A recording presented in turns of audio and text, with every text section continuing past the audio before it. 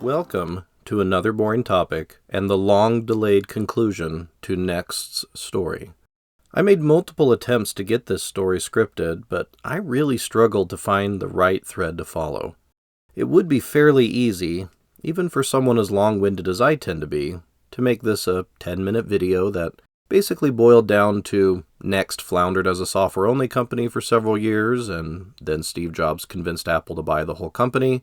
NeXTStep OS became the basis for macOS 10, and NeXT itself was never really spoken of again, as Jobs and Apple began their long climb back to cultural domination. And in many ways, this would be substantially accurate. NeXT's direct story really does basically end with Apple's purchase of it in late 1996. Steve Jobs' favorite biographer, Walter Isaacson, gives NeXT very little space in his biography of Jobs. And the two primary books on NeXT itself, I Failed and Steve Jobs and the Next Big Thing, are really solely concerned with events prior to NeXT's abandonment of its hardware side.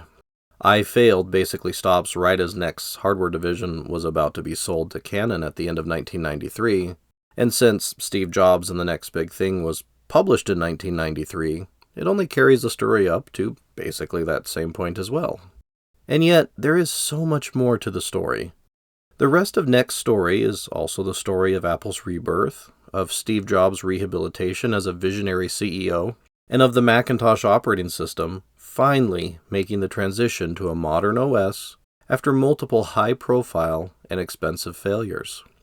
It's the story of an operating system that quietly underpins multiple types of devices today, ranging from mobile to set-top boxes, and the technology that did so much to give us the modern computing world.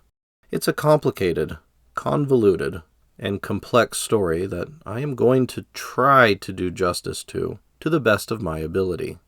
But this story also encompasses Apple's dire straits in the 1990s, and the multiple strenuous efforts it made to reverse the decline and get back on its feet, both on hardware and software. This story is also about the roads not taken, the roads wrongly taken, and in the end, the road correctly taken, and where that road eventually took Apple and Steve Jobs. So we are going to be covering a lot of ground here, and I'm going to be going off on a lot of tangents as I try to tie everything together in the end. I do promise to properly pronounce macOS 10 as macOS 10 this time, proving that I do actually pay attention to the feedback and constructive criticism that I receive, although I will, of course, probably mispronounce at least a word or two somewhere in this video. So join me as we journey back to the early 1990s and a flailing computer company that is rapidly hemorrhaging cash, led by a CEO whose vastly diminished personal wealth is shrinking ever more every day, as he not only struggles to keep his imploding computer company afloat, but also fights to keep a completely separate company from going under.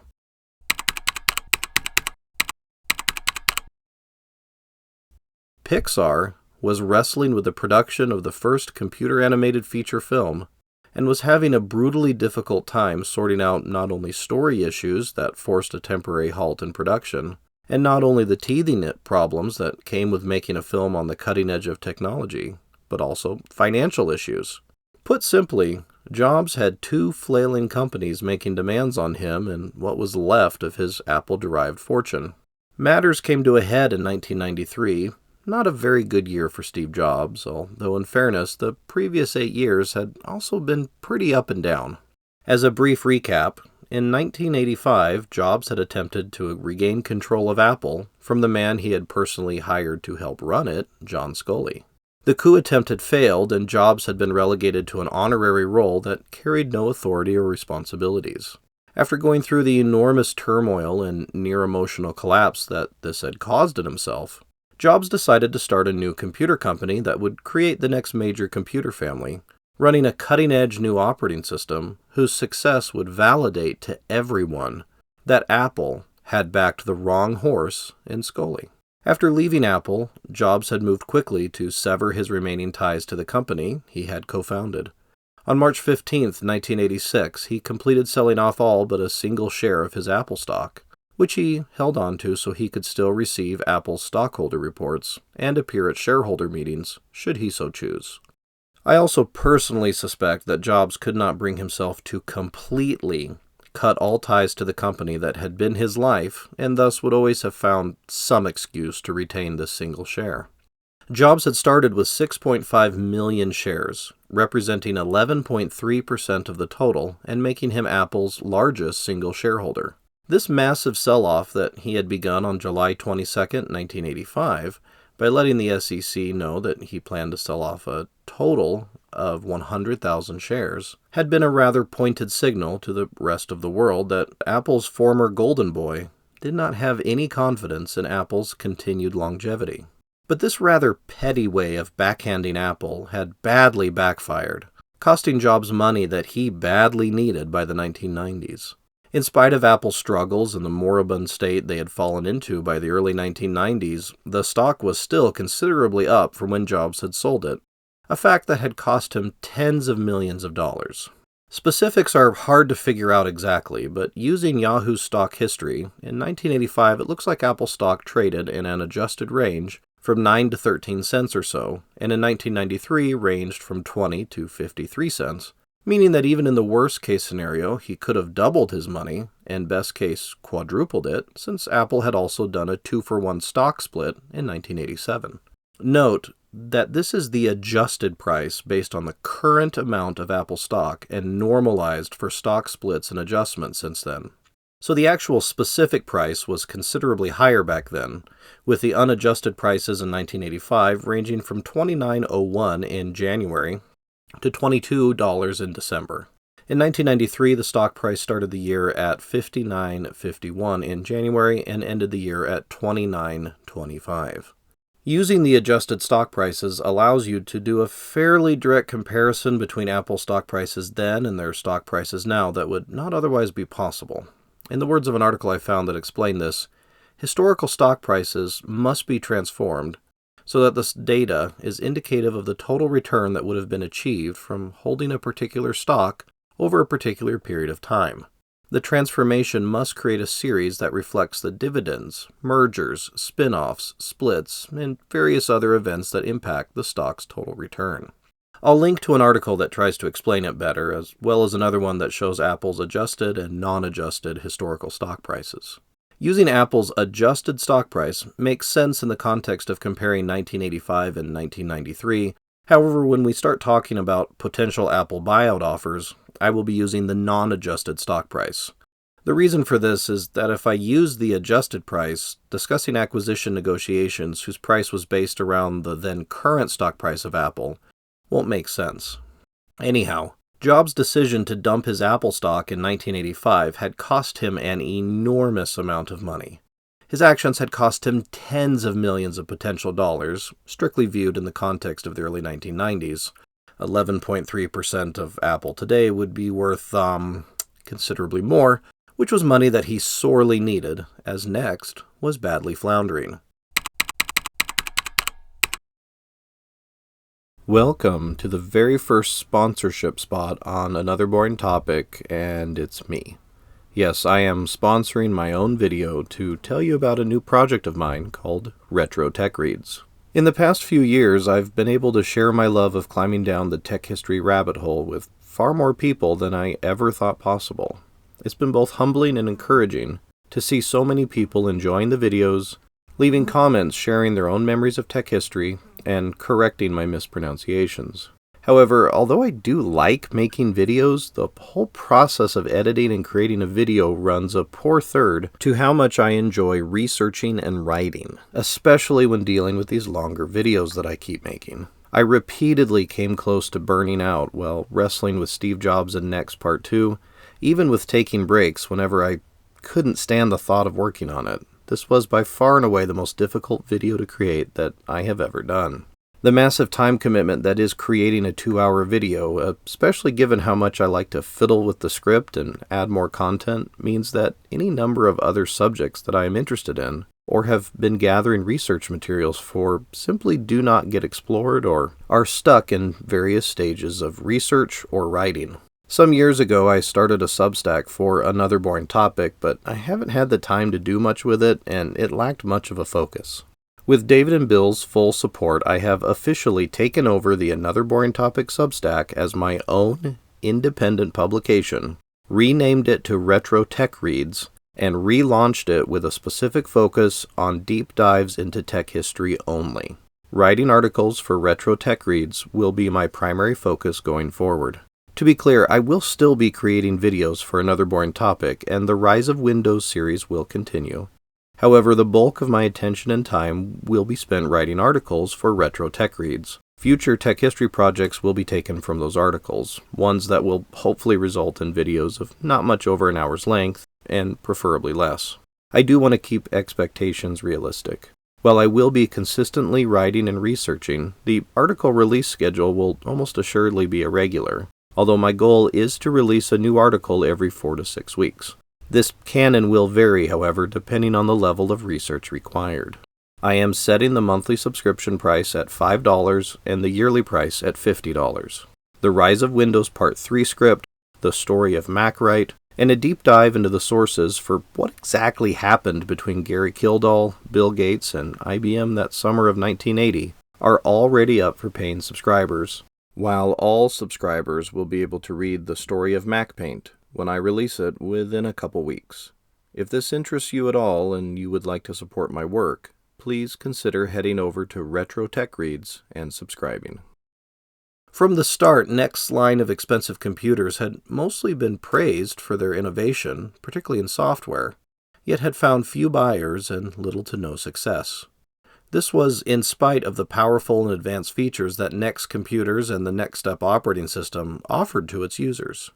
Those that could afford one, or worked for a company that provided one to its employees, received the benefit of a fairly powerful system, albeit one with some poor design choices such as the infamous magneto-optical drive, paired with an operating system that was object-oriented and years ahead of its time in any number of areas, especially including its advanced networking abilities. The tiny install base of NeXT systems genuinely had an impact on the computing landscape, vastly out of proportion to their minuscule market share. For example, the pioneering shooter Doom was programmed on a NeXT system, with id Software finding its development tools so significantly superior to DOS-based ones that id actually bought a number of NeXT machines for their developers, who put them to work creating both Doom 2 and Quake. According to John Carmack, over the entire course of Doom and Quake 1's development, we probably spent $100,000 on NeXT computers, which he felt was an excellent price for the value they got out of them. Even more consequently, the World Wide Web was also created on a sleek black NeXT machine. Tim Berners-Lee used his NeXT computer at CERN to not only create the first web browser, but also to create and run the world's first web server that hosted the world's first web address and the website located there.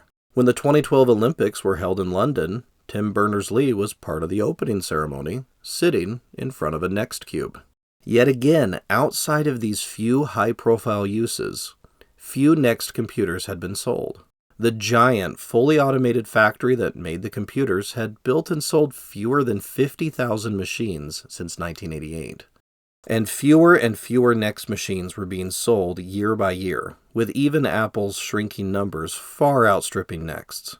As Windows exploded in popularity and PCs flew off the shelves in ever greater numbers, a superior operating system and good hardware specs only went so far.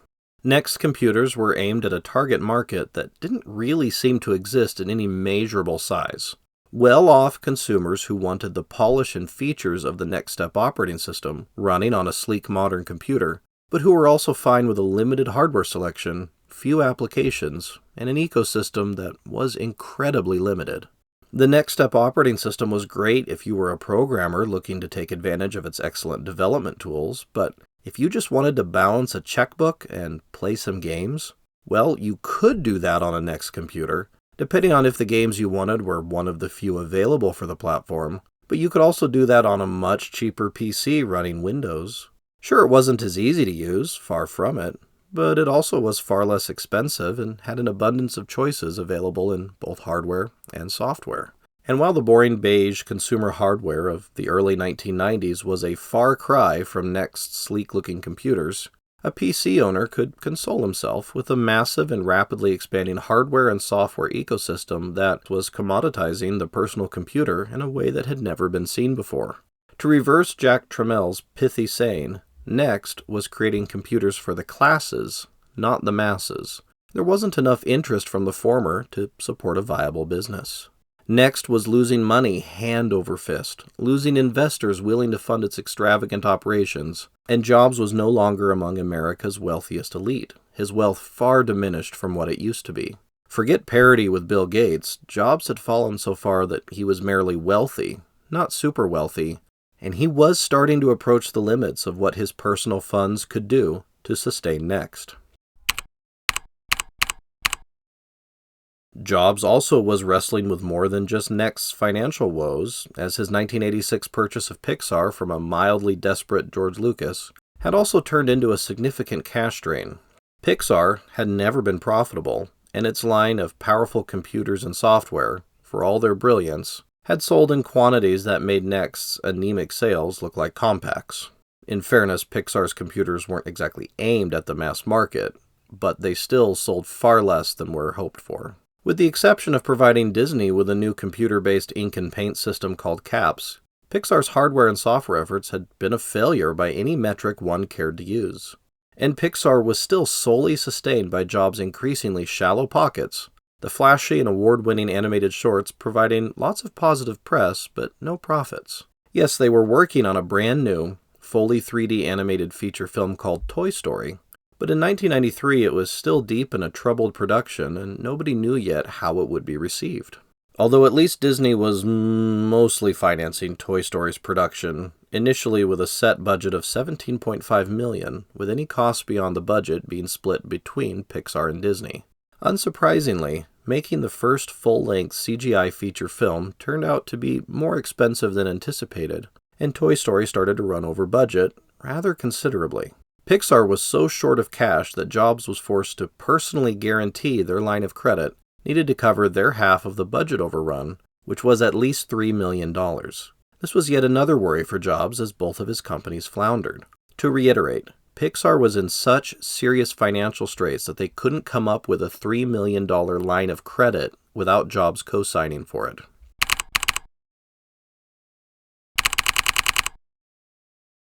Over at NeXT, key personnel kept vanishing as people got disillusioned by the bitter reality of NeXT's future prospects, or lack thereof, and chose to move on. Even more wanted to move on but were unable to, due to being tied to NeXT by loans the company had advanced them back when the future looked rosy. These loans had to be repaid immediately if the employee left NeXT, and thus a number of employees, despite their wishes, were chained to NeXT whether they liked it or not. A tough decision had to be made if NeXT was to survive. Actually, a lot of tough decisions had to be made. But the first and most immediate one was to massively slash expenditures and get rid of the biggest drain on NeXT capital, the sleek hardware. As February 1993 started, InfoWorld's Kate Corcoran got a scoop from a source inside of NeXT that claimed that NeXT was going to exit the hardware business entirely. Unwilling to go to press with this news purely on the basis of one possibly anonymous source, Kate took the tip to her editor. This editor had already heard from someone who had unsuccessfully attempted to order a new NeXT station and had their order canceled. This made 2 confirmations, and a third was found when InfoWorld's gossip columnist heard independent corroboration of NeXT's exit from the hardware business from a disgruntled former NeXT executive. 3 sources were enough for an article to be written, which ran in InfoWorld's February 8th issue. In a sign of just how NeXT's importance had fallen, the story wasn't even the headline story in the issue, although it did make page 1. The article is only a handful of paragraphs long, split between the start of the story on page 1 and the conclusion on page 75, but it does contain the basic elements of what was happening.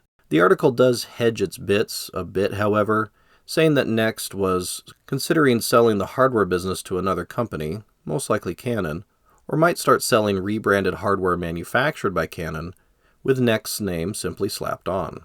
It also has a rather spicy quote from an analyst named Mark Kane, who said, if they're turning themselves into a software company, this is probably the first really smart business decision Jobs has ever made. The following day, February 9th, 1993, was when the axe officially fell. A day that became known as Black Tuesday. Canon took over NeXT's sleek and mostly unused factory, although they would later back out of the deal. And according to George Cummings, one of NeXT's executives, 70% of NeXT's employees were let go, which would be about 371 employees.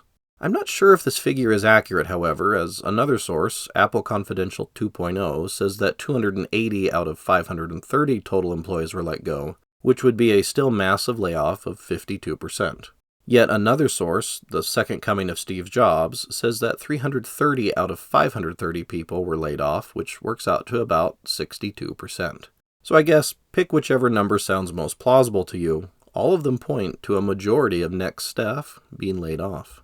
More news organizations picked up the story after this, such as the San Jose Mercury News, who ran an article stating that NeXT would no longer be a hardware and software company, the hardware business being discontinued entirely.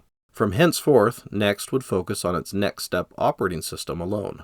On February 10th, the New York Times carried the news under the headline, "NeXT to sell hardware side and focus on its software," and after giving some details about how Canon had bought NeXT's hardware division, proceeded to quote a healthy amount of Jobs' masterful ability to spin bad news as good.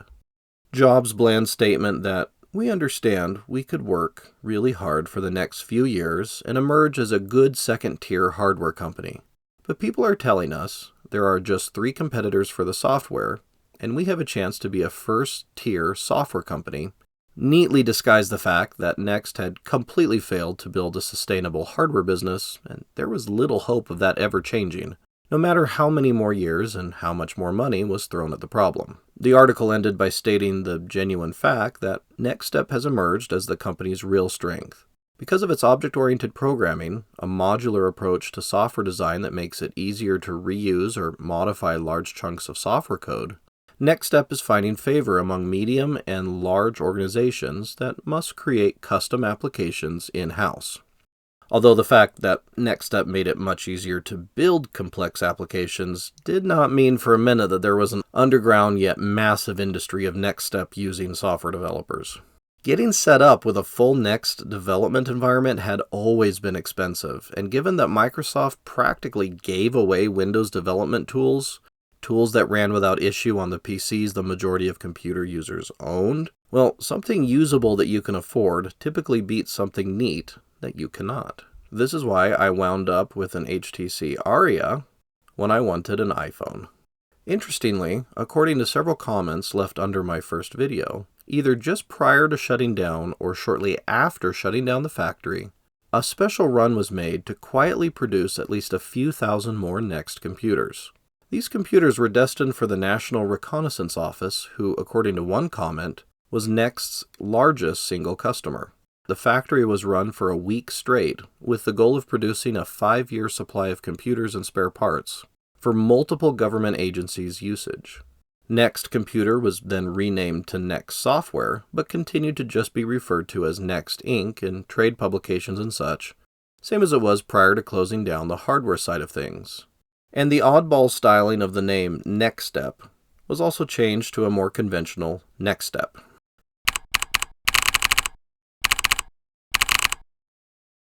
Steve Jobs moved quickly to try to keep the lights on, releasing the first version of the NeXTStep operating system for Intel-based machines just a few months after Black Tuesday.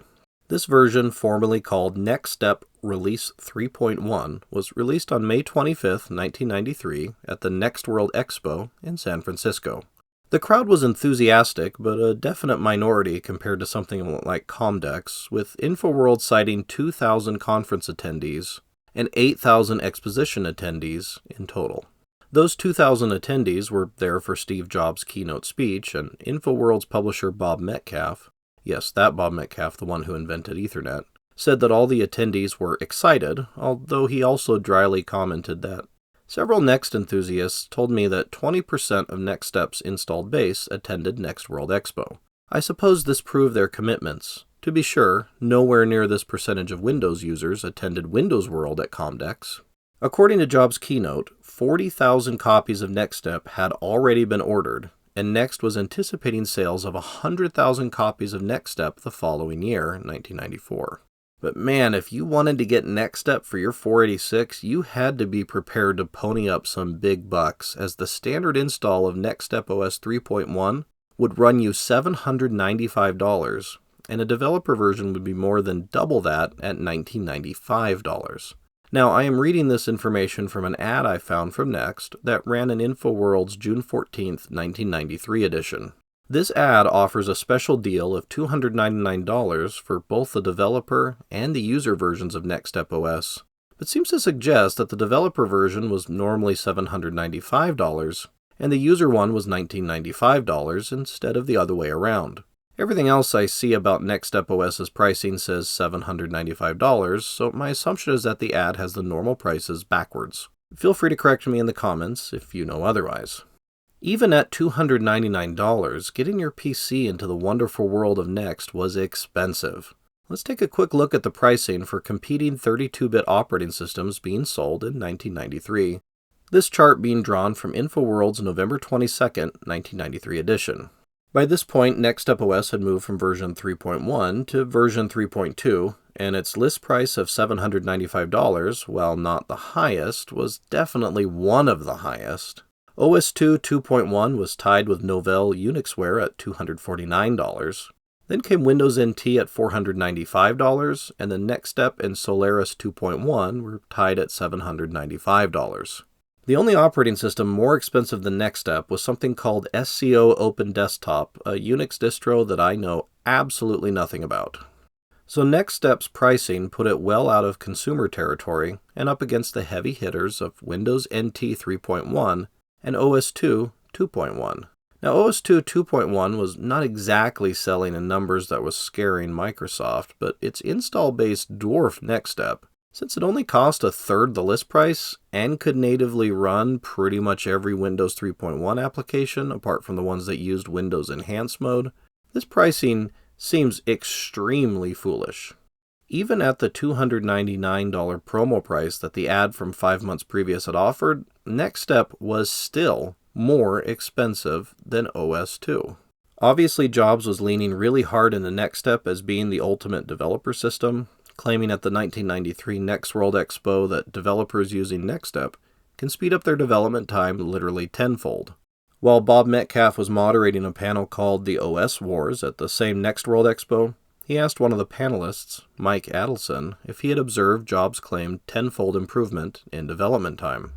Adelson responded that while he had not observed a tenfold improvement yet, he had seen a fivefold speed increase. That was quite impressive, if not quite at the level Jobs was claiming, but was that really a feature that would cause enough people to purchase NeXTStep to make it a viable business?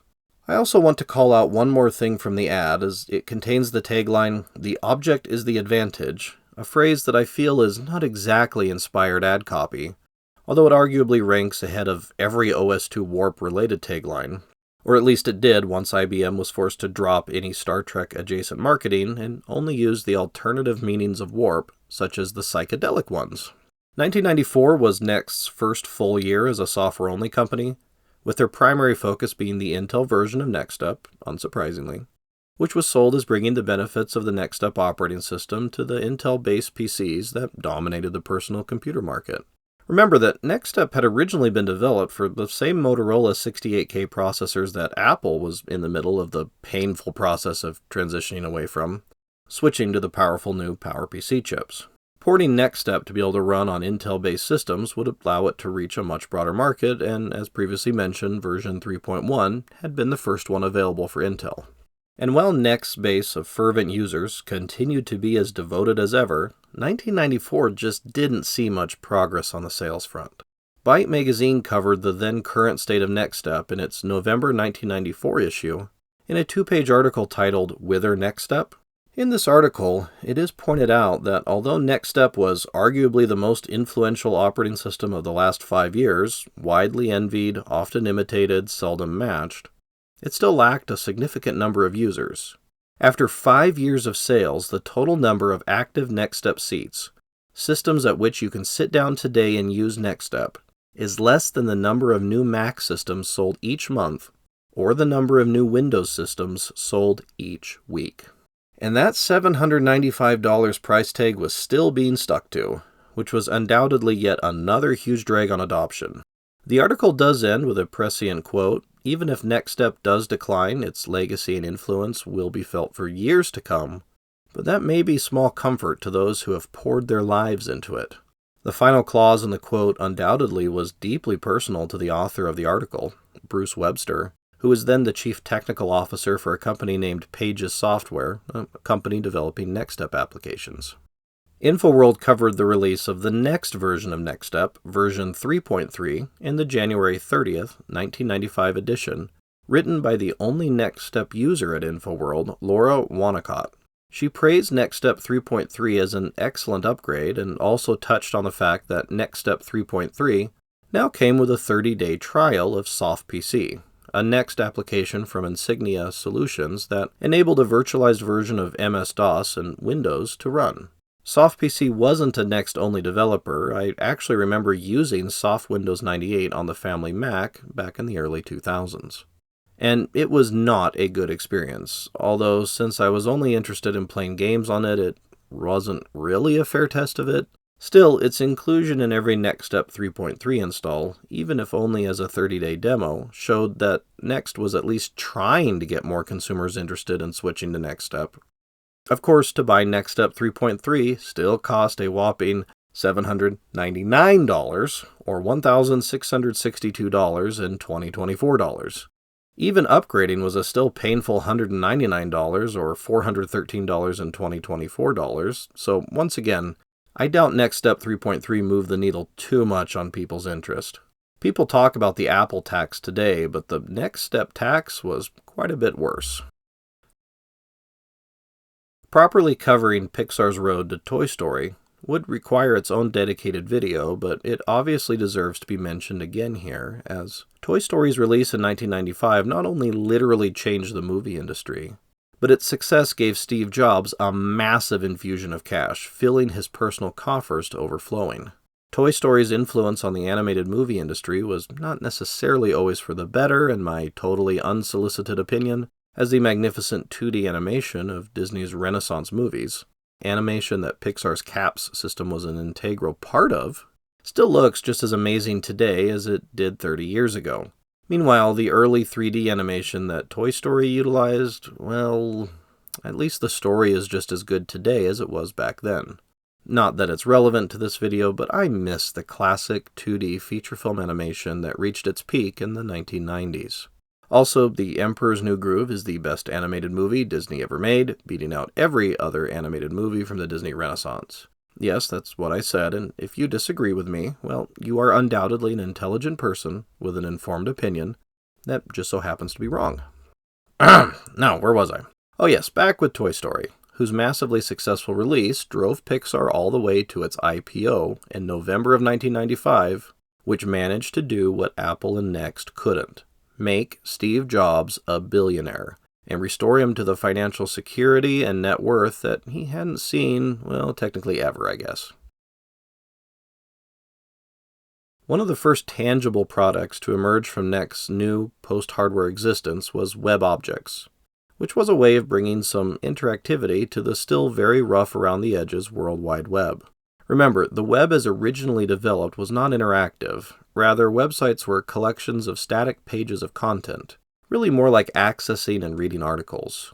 To move beyond that would require developing ways of not only making content dynamic, but also allowing for dynamic websites. And what do I mean by that? Well, in the words of a September 30th, 1996 InfoWorld review of WebObjects, if World Wide Web technology is to grow beyond its current role as a way to publish mostly static documents, it will have to work around two shortcomings: its stateless nature and its inability to query, retrieve information from, and update enterprise-class databases in real time. WebObjects initially ran on a wide variety of operating systems, ranging from Windows NT to Solaris, HP UX, and unsurprisingly, NeXTStep itself. The latter, of course, making it easier to eventually port WebObjects to macOS X several years later. All web browsers of the time could allegedly use it, although I do wonder if it had any special options that Netscape Navigator could make use of, given that it was the reigning browser heavyweight of that early World Wide Web era. WebObjects was not cheap, even by the standards of the time. According to InfoWorld, each developer using it required their own $3,000 license, and the server part of it also ran $3,000 per processor. But wait, there's more. That pricing was only for WebObjects Pro. There was also WebObjects Enterprise, which cost $5,000 per developer seat and $25,000 per server processor. I don't actually know what the difference was between the two versions. InfoWorld's review focuses on the Enterprise version and simply says that the Pro version is less full-featured. Also, let's all take a minute to appreciate the phrase less full-featured, which for some reason, possibly because as I type this, it's currently well past midnight and I'm tired, as a rather roundabout way of saying that the Pro version lacked a number of features found in the Enterprise version. Whether WebObjects' steep pricing was due to NeXT's dire financial straits or the result of Steve Jobs' lack of interest in undercutting the competition on price, I leave up to you to decide. Then there was OpenStep. Announced in November of 1993 as part of a partnership with Sunsoft that also saw them invest $10 million into NeXT, OpenStep was lauded by Next World magazine, who attempted to explain exactly what it was supposed to be, saying it was a subset of the existing APIs in NeXTStep 3.2. Although details are still being worked out, the specification is expected to include all portions of NeXTStep that are independent of the operating system, including AppKit, DBKit, Display PostScript, Distributed Objects, and Objective-C. Basically, OpenStep was to be a collection of the NeXTStep OS APIs that could be split off from NeXTStep itself and run independently. And why would anyone want to do this? So far as I can tell, the goal was to take what made NeXTStep such a powerful development tool for building applications and make them platform agnostic. It wasn't just Sun's powerful workstations running Solaris that would be able to make use of OpenStep. It would also eventually be available for Windows NT as well. So what exactly is the difference between OpenStep and NeXTStep?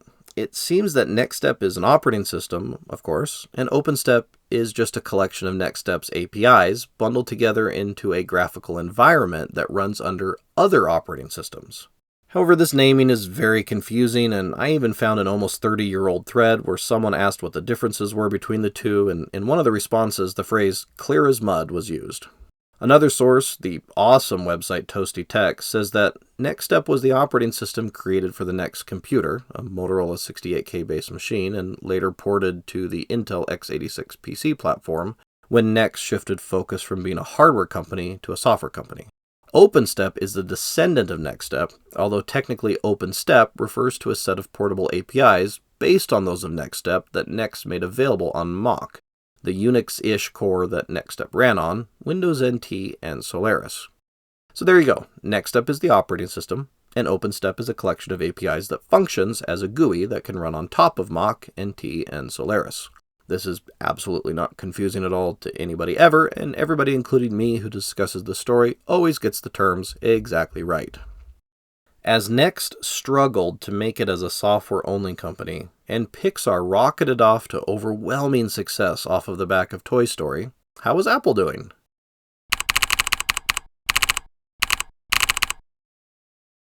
Well, by the mid-1990s, Apple was in dire straits, struggling on all fronts, and with its glory days seemingly long behind it. The Macintosh operating system, although still considered a great user experience and one that Windows still fell short of matching, was aging poorly. Originally designed for the single-tasking days of the original Macintosh and its Motorola 68K processor, it had serious architectural problems that were increasingly causing issues. These included cooperative instead of preemptive multitasking and poor memory management. Yes, Windows was still an inferior user experience overall. I'm sure some will disagree with me in the comments, but this is my position and I'm sticking to it.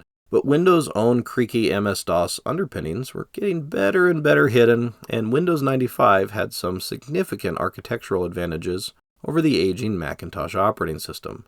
Plus, of course, there was Windows NT, which was gaining in maturity and would be the basis for mainline consumer Windows in just a few years. These problems were not news to Apple, and for years they had been struggling to come up with a way to transition away from the poorly aging classic Mac operating system to a new and improved one that would still run most legacy Mac applications but would resolve the issues that were holding the Macintosh back. Every single attempt had failed. And while I'm not going to get into the weeds too much on this, it's important to hit the high points of previous attempts to replace the Mac operating system, as these failures provide a tremendous amount of insight into why Apple eventually made the choices they did.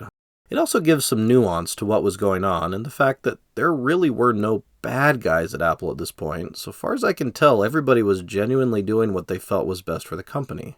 The problem was that the company had simply become too chaotic and undisciplined over the past decade.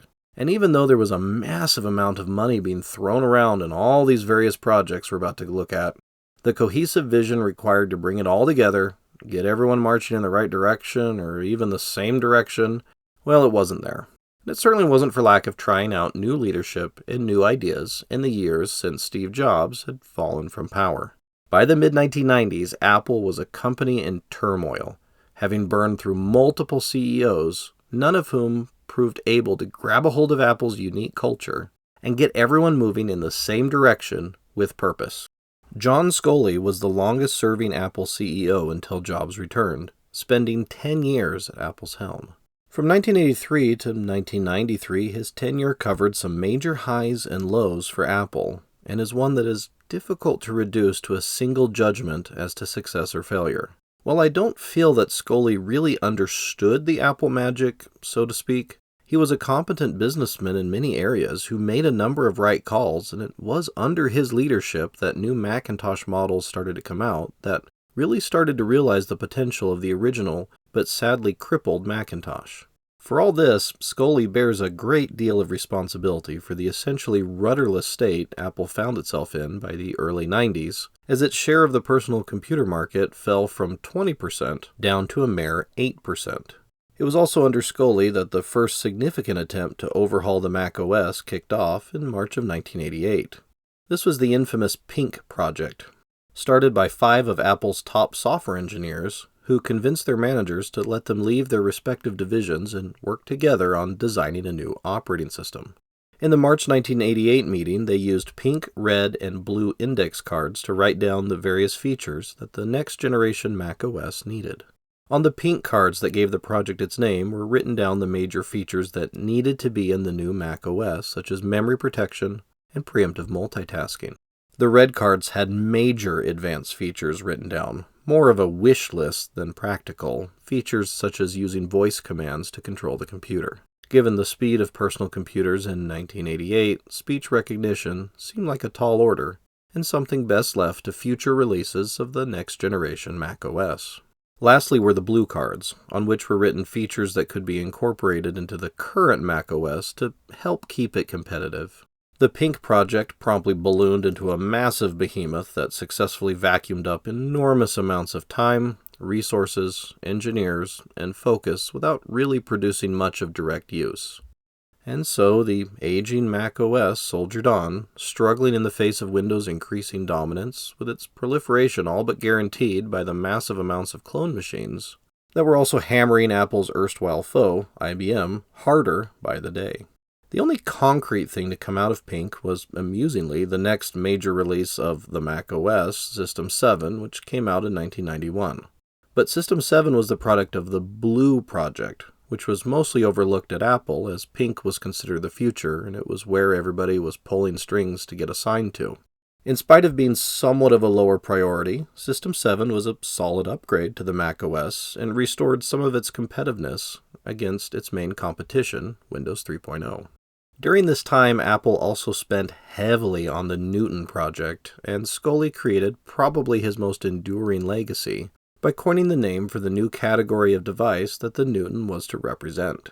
This was the name that would become the generic name for a whole class of handhelds, personal digital assistants, or PDAs.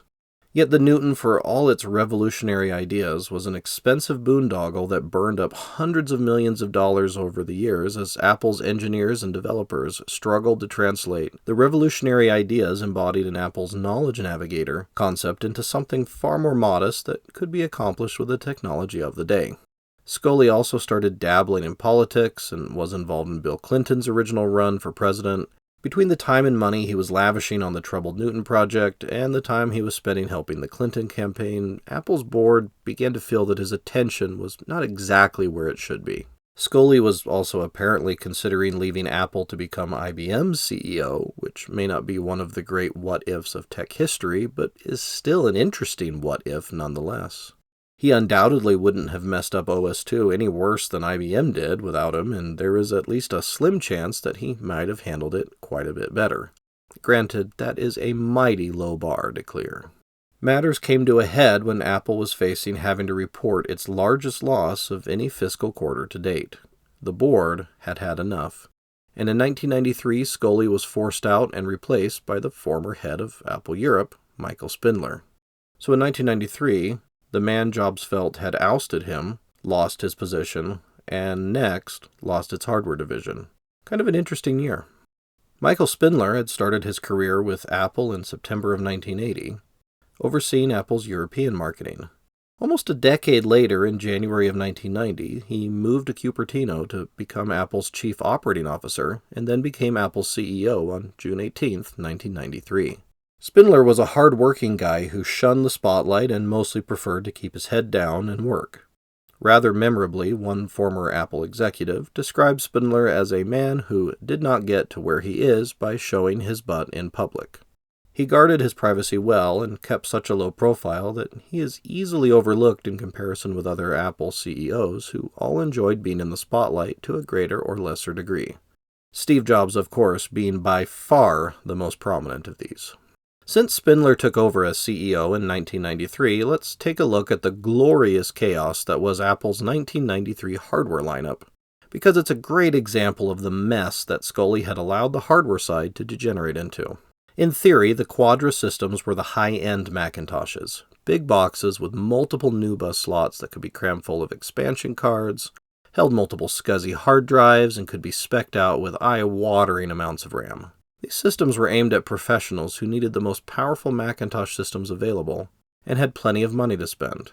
Then there were the Performa systems. These were aimed at the consumer markets and sometimes came in integrated all-in-one designs, so literally all you had to do was plug in the power cord, plug in the ADB keyboard and the ADB mouse to the keyboard's built-in ADB port, and you were off to the races. However, Apple's way of doing the Performa was itself rife with confusing decisions. An excellent look at the Performa line comes from Macworld's November 1992 issue, which has a full overview of the initial Performa systems and what Apple's plans were originally for them. Essentially, Apple wanted a new product line to sell through retail stores such as Sears. Part of the plan was to take existing, proven systems and rebadge them as Performas. So the LC2 became the Performa 400, and the Mac Classic 2 became the Performa 200, the only original Performa with a built-in screen. Apple then created a new design, the Performa 600, and the original Performa Trio was born. 2 retreads and 1 new design. Add some peripherals, hopefully I pronounced that right, and a mildly customized version of macOS System 7 that, I'll let the article explain it. For a start, the default desktop patterns appear in color on the 400 and 600 instead of a more staid gray pattern. After booting, a new launcher utility appears in the bottom left corner of the screen. It contains large color application icons that require only 1 click to open. Research with computer neophytes indicates that a double click is too much for too many. All factory installed applications are automatically available from the launcher. Yep, single clicking to open an application was apparently a selling point, or so Apple hoped. The Performa's customized System 7 also shipped with an extension called At Ease, which went even further to make the macOS look, well, I'm not sure what a nice way to put it is. Let's call it aggressively user-friendly. Enabling At Ease meant that the trash can disappeared and the entire desktop was taken up by 2 giant single-clickable icons, one for applications and one for documents. We had a Performa when I was a kid, and it was one of the all-in-one designs with both CD and floppy drives. Very solid computer that let me play Warcraft 2 well and StarCraft 1 at tolerable frame rates. I was sadly disappointed some years later, however, when I tried to get Warcraft 3 to run on it. Warcraft 3, the slideshow, was not nearly as cool as Warcraft 3 Reign of Chaos. I might have some vague memories of at ease. I'm not sure exactly what it was, but I do remember stumbling onto something that made folders and applications into large buttons that launched with only a single click. Whether that was at ease or something else, I do not know. I still have the Performa hard drive somewhere, but sadly the Performa itself eventually succumbed to a number of years of being stored in an unheated, uninsulated area. And since I live in a part of the country that can get down quite far below zero in the winter while still reaching triple digits in the summer, it didn't survive. I tried turning it on about 10 years ago and it flickered, gave a loud pop, and I smelled smoke, and that was the end of that. Anyhow, the Performas were going to be sold in retail stores, yes, but Apple was going to keep selling its other systems through its other channels. And since some of those systems were the same ones Apple was rebadging and repackaging into Performas, you can see how it was getting confusing. Anyhow, the next major product group was the LC systems, the LC standing for low cost. These Macs were targeted at the education market and entry-level users. I have an LC2 and an LC3, and they are fairly solid systems, just very limited. So that's the product matrix then, right? Quadras for the high-end, Performas for the mid-range, and LCs for the entry-level.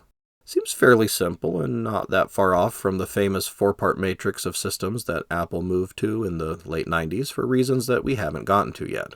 Well, in a sane world, it would have been these three systems for desktop users, plus a wide range of PowerBooks to handle people's portable needs, but oh boy, was Apple's product lineup far from sane, and there is no better year to look at to illustrate this than 1993 again. Pulling up the relevant page on the amazing everymac.com, we are presented with a formidable list. In 1993, you could choose from the following Macintosh desktops and models that were released in 1993. This list, by the way, does not include previous models that may still have been available through various sales channels. These are just the models that Apple introduced in 1993 across its various regions, some of which were only available in certain regions. So let's run through this amazingly long list. The Color Classic 2, the LC3 and 3 Plus, the LC 475 and 520, the Performa 250, 275, 405, 410, 430, 450, 460, 466, 467, 475, 476, 520, 550, the Centrus 610, 650, 660 AV, the Quadra 605, 610 PC, 650, 660 AV, Quadra 800, Quadra 840 AV, the Macintosh WGS 60, 80, and 95. An astounding 31 different desktop systems across 6 different product lines sold across 3 main channels: retail, education, and dealer. Plus the additional configuration options in RAM and installed expansion cards that you could potentially get depending on where you bought the system from. And what's the difference between, say, a 25 MHz Centrus 650 and a 25 MHz Quadra 605? Well, they are both tower configurations, albeit one is a thick form factor and the other one uses the thinner pizza box style form factor. But the skinnier pizza box is actually the Quadra, which was usually the powerful system. And in this case, the Quadra has only one expansion slot, a PDS one. The Centrus actually has 4, 3 NuBus and 1 PDS. It's also interesting to see how many systems Apple released the previous year, 1992. That year saw a total of 7 desktop models released across only 4 product lines. So in 1 year, Apple's desktop offerings jumped from 7 systems and 4 product lines to 31 systems and 6 product lines. And on top of the massive confusion that such a bewildering diversity of hardware options created, there were also confusing pricing decisions creating consumer uncertainty. Let's not forget that Apple was still selling the venerable Apple II as well. It wasn't discontinued until October of 1993. Plus, there were multiple Macintoshes released in previous years that Apple was still selling through its various sales channels. And while the pricing and confusing models are a problem, the fact that they sold the same computer under multiple different model numbers is probably the biggest issue. It simply is bad marketing that creates consumer confusion. Imagine if Apple currently sold the Mac Mini as the Mac Mini in Best Buy, but it was also sold as the tiny Macintosh 1200 in the Apple Store, while also being available through education markets as the EduMac 700, with the latter configuration coming with a monitor included and the previous two only including the keyboard and mouse. Very confusing, right? And it's not like all of this confusion is only evident in hindsight. It was very evident at the time, with Macworld commenting on it in its October 1993 issue. The article titled "Securing Apple's Future" has a whole section on Apple's bafflingly complex hardware lineup, saying, "For quite a while, Apple has been creating too many models that overlap each other in their price performance. The combination of price cutting and the plethora of new systems has confused everyone who is trying to figure out what the best model is for a particular use. Many Mac buyers suddenly became gun-shy after the debacle of the 2VX, which within a few months of its introduction dropped in price by 35% and appeared to be superseded by the Centrus machines. No one wants to buy a product that may be outdated only a few months after it debuts. Because, Apple was also making bewildering pricing decisions that created even more market uncertainty on top of its baffling product matrix." Coming into the job as CEO and looking at this whole mess, Spindler was convinced that Apple needed to merge with a larger company in order to survive. Now, this wasn't a new idea at Apple, nor was it a new idea to Spindler, as while he was Apple's COO, he had been involved with discussing a potential merger with Sun Microsystems in 1990. This deal was apparently really close to happening. However, it would have resulted in Spindler losing his COO position, since a successful merger would have seen Sun CEO Scott McNealy take over as Apple's COO. It seems that Spindler was looking to avoid this, and thus jumped at the opportunity to back out of the deal that came when Apple decided to go into partnership with IBM on the ill-fated Taligent project. The next merger possibility came in 1992, under Sculley, when Apple was in talks to merge with Eastman Kodak, and then that fell apart. Then a merger with AT&T was on the drawing board until talks fell apart in April of 1993, when AT&T decided to spend $11.5 billion to buy MacOS Cellular Communications instead. So when Spindler took over as CEO in 1993, he had already been involved in some fashion with multiple merger discussions with other large companies. Hence, it's not surprising that one of his goals was apparently to make Apple an attractive acquisition target. This required cutting costs significantly, returning the company to profitability and growing Apple's market share. Spindler acted swiftly upon taking over, laying off 16% of Apple's employees, or roughly 2,500 people, as well as slashing R&D by over $100 million a year. He also canceled a number of projects that had no clear rationale for existing or were many years away from actually producing something usable. Many of these probably fall into the R&D category.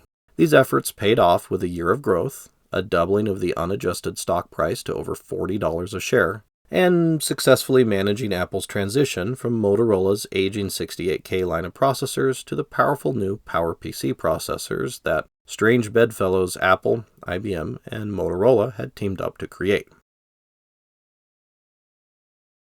Granted, the migration was fairly smooth from a consumer standpoint, as backwards compatibility with 68K applications was very good. However, Apple had apparently neglected to create good PowerPC developer tools, something that could have caused serious problems as frustrated developers gave up on the Macintosh and just switched their efforts to Windows applications. Fortunately, a company called MetroWorks had created an excellent IDE in CodeWarrior, and it quickly became the primary IDE for developing Macintosh PowerPC applications, at least initially. And let's pause for a moment to think about just how mind-numbingly foolish it was for Apple to push out PowerPC systems without ensuring that there were development tools already available for developers to prepare PowerPC native applications prior to the PowerPC system's release. Contrast this with Apple's most recent platform transition, where a special version of the Mac Mini called a Developer Transition Kit that used Apple's A12 chip was made available to developers months before the new M1 systems launched. These development systems had a beta version of Xcode 12 on them, ensuring that developers could immediately start working to port their applications over to Apple Silicon well before launch. Contrastingly, Apple's PowerPC transition would have been seriously hamstrung, potentially even crippled permanently if MetroWorks hadn't released CodeWarrior with its PowerPC compiler. Apple's generally favored IDE and compiler from Symantec didn't finally ship their PowerPC compiler until almost a year had passed from the original PowerPC desktop's release. And when Symantec did finally release their updated C compiler, Symantec C++ 8.0, Macworld commented that while there was a lot to like about it, and it had a lot of great features, it was important to remember that many industry observers agree that MetroWorks' development of CodeWarrior essentially saved Apple despite little to no encouragement from the company. Anyhow, Apple's successful platform transitions from PowerPC to Intel, and then from Intel to Apple Silicon, have their roots in Apple's transition from the 68000 to PowerPC, which was more or less successfully done under Spindler, even if there were some significant mistakes that Apple was fortunately spared the consequences of. Spindler also started licensing out the Macintosh operating system to clones, banking on them taking market share from Windows, while Apple kept its existing market share, the end result hopefully being a considerable increase in the macOS's overall install base. This was not exactly going to happen, but let's not get ahead of ourselves. With some wind beneath his wings, and after the successful PowerPC launch had made Apple and IBM feel all warm and fuzzy about working together, the two companies started discussing a merger. In October of 1994, executives from both companies spent 2 weeks at the Summerfield Suites Hotel in San Francisco, trying to find a mutually agreeable price for IBM to acquire Apple. However, the talks fell apart when Spindler demanded $60 a share and IBM was only willing to offer $40. When that merger fell apart, Spindler then started talks with Canon, who you might remember had also invested heavily into NeXT just a couple years earlier. Canon offered $54.50 a share, but Spindler decided to take that figure back to IBM and try to get them to top it. He failed, and talks with Canon then went nowhere. Spindler then extended feelers to at least Compaq, HP, Toshiba, and Sony, none of whom were interested. Then a rash of major inventory problems, product problems, price wars, and the juggernaut of Windows 95 hammered into Apple, and then the company really started flailing and losing money. And given the fact that Spindler was at the helm when Windows 95 stormed onto the market, it's worth touching on the threat this posed to Apple. A threat that did not go unrecognized in the Apple world, with Macworld actually reviewing a full beta of Windows 95 in the February 1995 issue, under the article title of The New Windows Threat.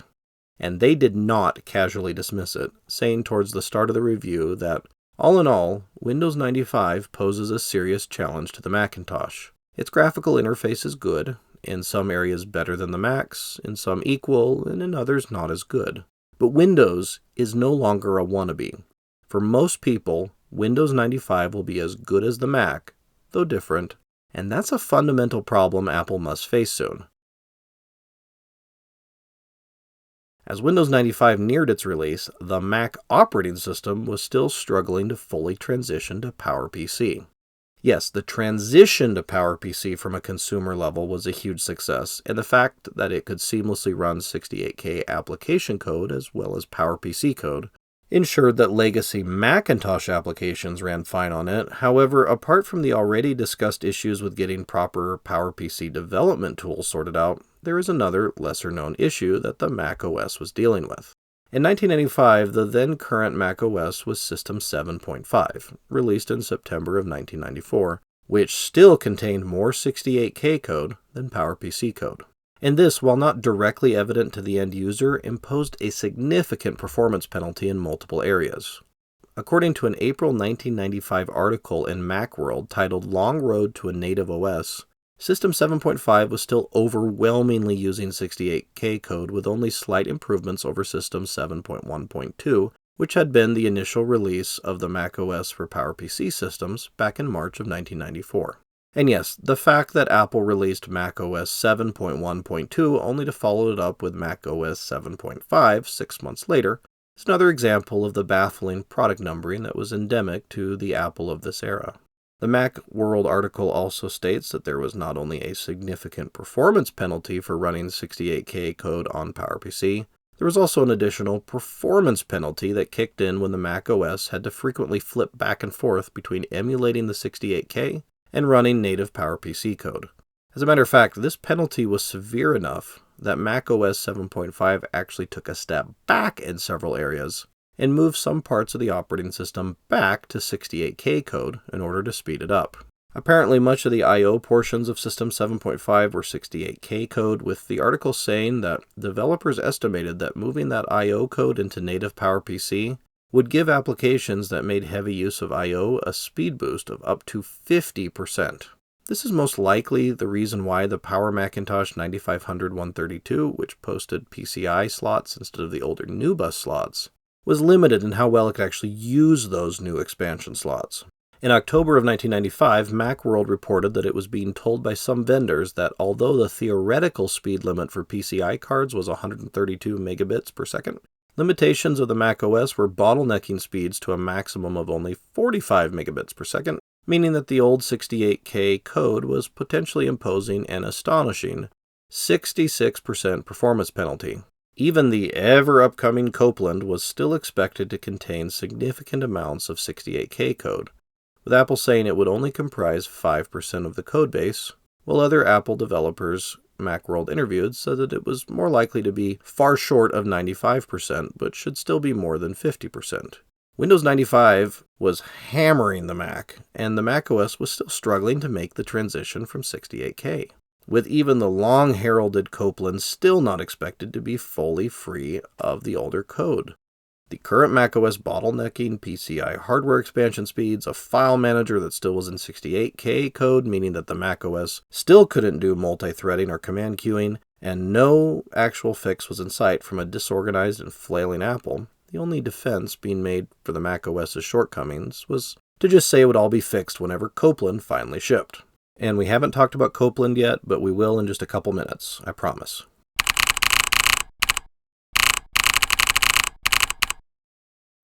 (1995) also saw the introduction of the first official Macintosh clones. After a years-long process to sort out how the licensing would work, and in light of how long this video already is going to be, I think I'm going to just pass over this part of Apple's history and save it for a future video.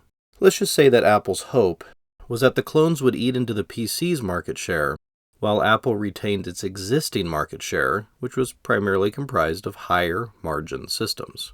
Then the introduction of the first PowerPC-based PowerBook gave Apple a real kick in the pants from the hardware end of things. The PowerBook line of laptops had been one of Apple's few unqualified successes in the past few years, really setting the standard for what a consumer laptop should be and look like.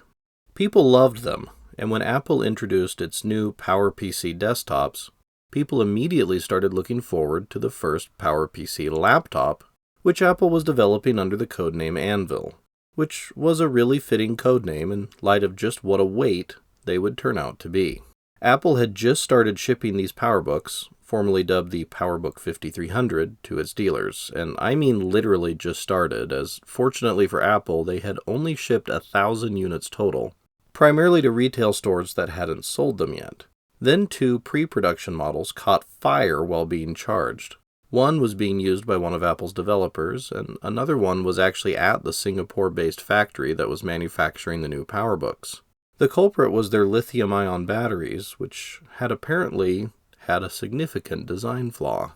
For this reason, Apple was forced to swap out the 36-watt-hour lithium-ion batteries with 26-watt-hour nickel-metal hybrid batteries, an older battery technology used in the final 68,000-based PowerBook model, the 190. In a mild bit of karma, the Sony factory that made these defective batteries later burned to the ground for unrelated reasons. The significant decrease in battery life forced Apple to slash the 5300's price by $100 across all models and obviously caused significant bad publicity. And it would be another 20-plus years before they could commiserate with Samsung, so it was understandably a pretty stressful time. And then there were the other problems the 5300 line turned out to have, because at this point in Apple's history, problems tended to come in multiples. In the words of Apple Confidential 2.0, the plastic case was prone to cracking, the power plug was too thin and often snapped off, and the power supply didn't produce sufficient current to run certain combinations of expansion bay and PC card accessories simultaneously.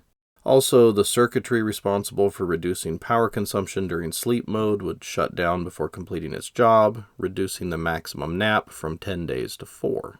Some units locked up completely if the user pressed the reset button and the power key together. Far from being a badly needed shot in the arm, the introduction of Apple's first PowerPC laptop had been a complete fiasco. And Apple wisely admitted this, with Apple COO Marco Landi bluntly saying, "We screwed up, clearly." Granted, the PowerPC desktops were doing pretty well and were a definite bright spot, apart from the fact that 1995's Apple was just as bad with naming models as in previous years.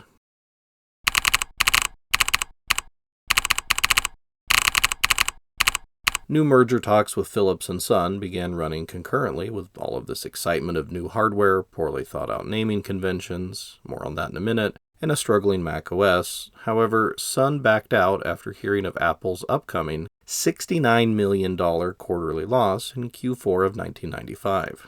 And then Philips' board rejected the proposed merger in a closely fought battle that saw the proposal go down in flames by a single vote. Oracle's CEO Lawrence Ellison even considered combining forces with his close friend Steve Jobs and using their combined finances to engineer a hostile takeover of Apple, but decided to drop the idea for now. Ellison was a billionaire, and since Steve Jobs was flush with cash from Pixar, they definitely had the financing to make a strong play for Apple, if they chose to.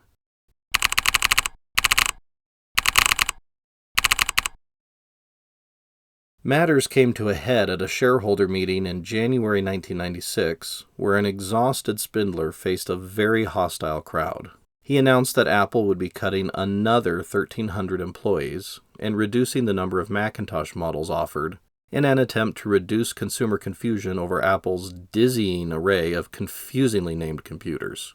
He also promised that the clone licensing program, which was running well behind schedule, would be speeded up. It was all over for Spindler, though, as Apple shareholders were out for blood. The board fired him as CEO and removed him from Apple's board of directors, although he could take comfort in his $3.7 million of severance pay, $50,000 for moving expenses, $150,000 to pay off his house, and 2 years of free health insurance. His hastily announced replacement was the man who would inadvertently start the process of bringing Apple back to success, Gil Amelio.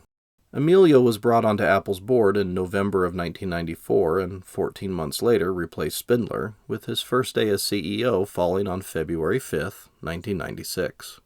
Amelio had a reputation as a turnaround artist, built off of his time at National Semiconductor, where he had led the company to a $3.5 billion increase in value, with National Semiconductor's stock price quadrupling over Amelio's time as CEO. He started his time as Apple's CEO at a time when the confusion and disorganization at Apple was really reaching a crescendo, although in fairness I will say that Apple's product lineup in 1995 was marginally less confusing than 1993's complete mess, even though 1995 had seen an astounding 39 desktop systems released. These systems were mostly Performas and Power Macintoshes, though, together with a single LC, the 580. And the model numbers now sometimes did a little bit of a better job of communicating where the system stood in relation to other systems in the same family. But only a little bit, as, while it's easy to see that the major difference between a Power Macintosh 7275 and a Power Macintosh 7290 is a 75 MHz processor versus a 90 MHz processor, it's a bit harder to figure out the difference between a Performa 6218CD and a Performa 6220CD. In the latter case, both Performas have a 75 MHz processor and the same 1 GB hard drive. The difference between the two Performas actually comes down to the fact that the 6218CD shipped with a monitor and 16 MB of RAM, while the 6220CD had a TV card as standard but shipped out without a monitor and with only 8 MB of RAM. So yeah, while some model numbers were a little bit more clear to read, arguably, others were still extremely confusing and poorly thought out. For another example, in 1995, Apple released the second-generation PowerPC desktops, the 9500, 7200, 7500, and 8500. In so doing, they discontinued the Quadra 950, Quadra 630, PowerMac 8100, PowerMac 7100, and PowerMac 6100, while continuing to sell Performas as well as a couple LC models, the 640 and 630. And we mustn't forget the real highlight of the still being sold models, the Performa 6100 DOS compatible, a system that came with a PDS expansion card installed that contained a 66 MHz 486 and supported up to 32 MB of RAM. Let's also take a look at a great quote, as the usually solid Mac world vainly tries to justify Apple's bonkers naming convention. And I quote, "The names for Apple's new Macs may seem a bit confusing. Why, for example, is the 7500 faster than the 8100 when a bigger number in a model name usually means better? In Apple's naming scheme, the first digit represents the series. In that scheme, a 9 means a big tower, like the Quadra 950, PowerMac 9500, or Workgroup Server 9150. And 8 means a mini tower, like the 8100 and 8500. A 7 means a traditional desktop case, like the PowerMac 7100 or 7200. A 6 means a flatter desktop case, like the PowerMac 6100. Earlier 6 models, like the Quadra 630 and Centra 650, are now part of the 7 series. And a 5 means an all-in-one design, like the Performa 5200. Within a series, the larger the model's number, the more features it has. A number following the model number, after a slash, indicates the CPU speed. I hope you got all of that, because there will be a test on it later, and it is not open book.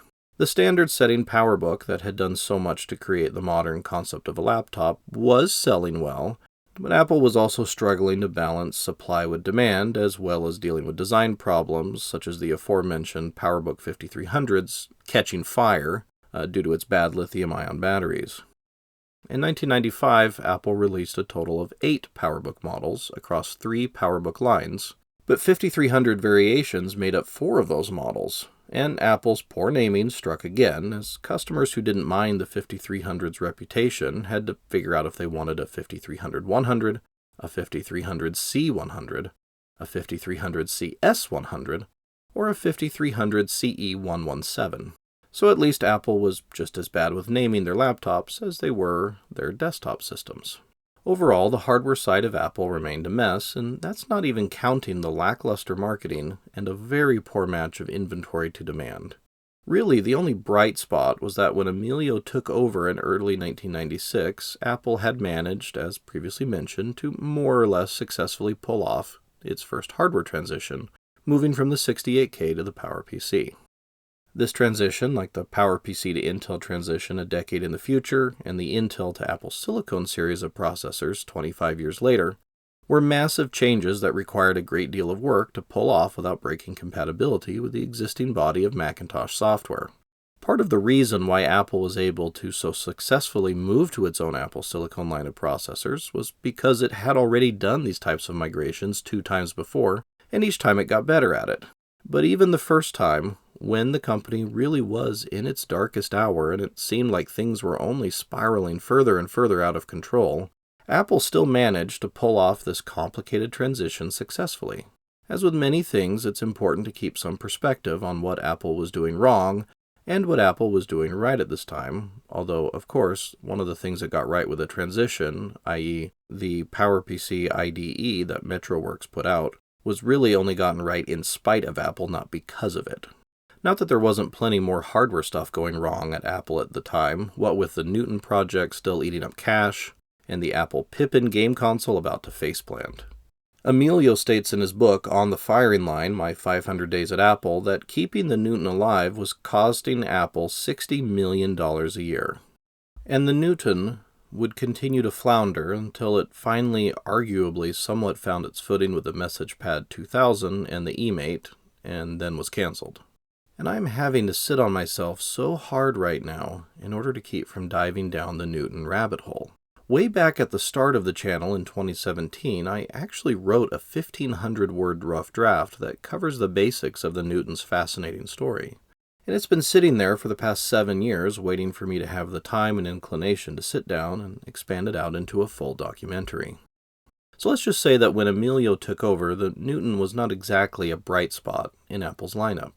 It was just another money-losing division that was still struggling to find the right balance of software and hardware that would enable it to finally get the Newton onto solid footing.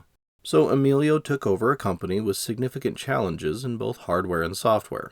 However, the greatest challenge was the software one, as there still was absolutely no clear plan in place to get a next-generation macOS finished and shipping.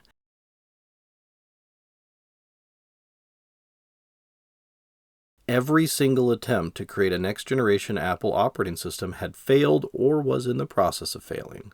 When Amelio took over as CEO, the only thing of substance that had come out of any of Apple's attempts to overhaul the macOS was the now 4 years old Mac System 7 line, which had basically been a band-aid for the macOS that didn't do a whole lot to advance the operating system and didn't fix the major architectural issues, but did slap a bunch of duct tape on the aging macOS that allowed it to mostly be competitive against the competition.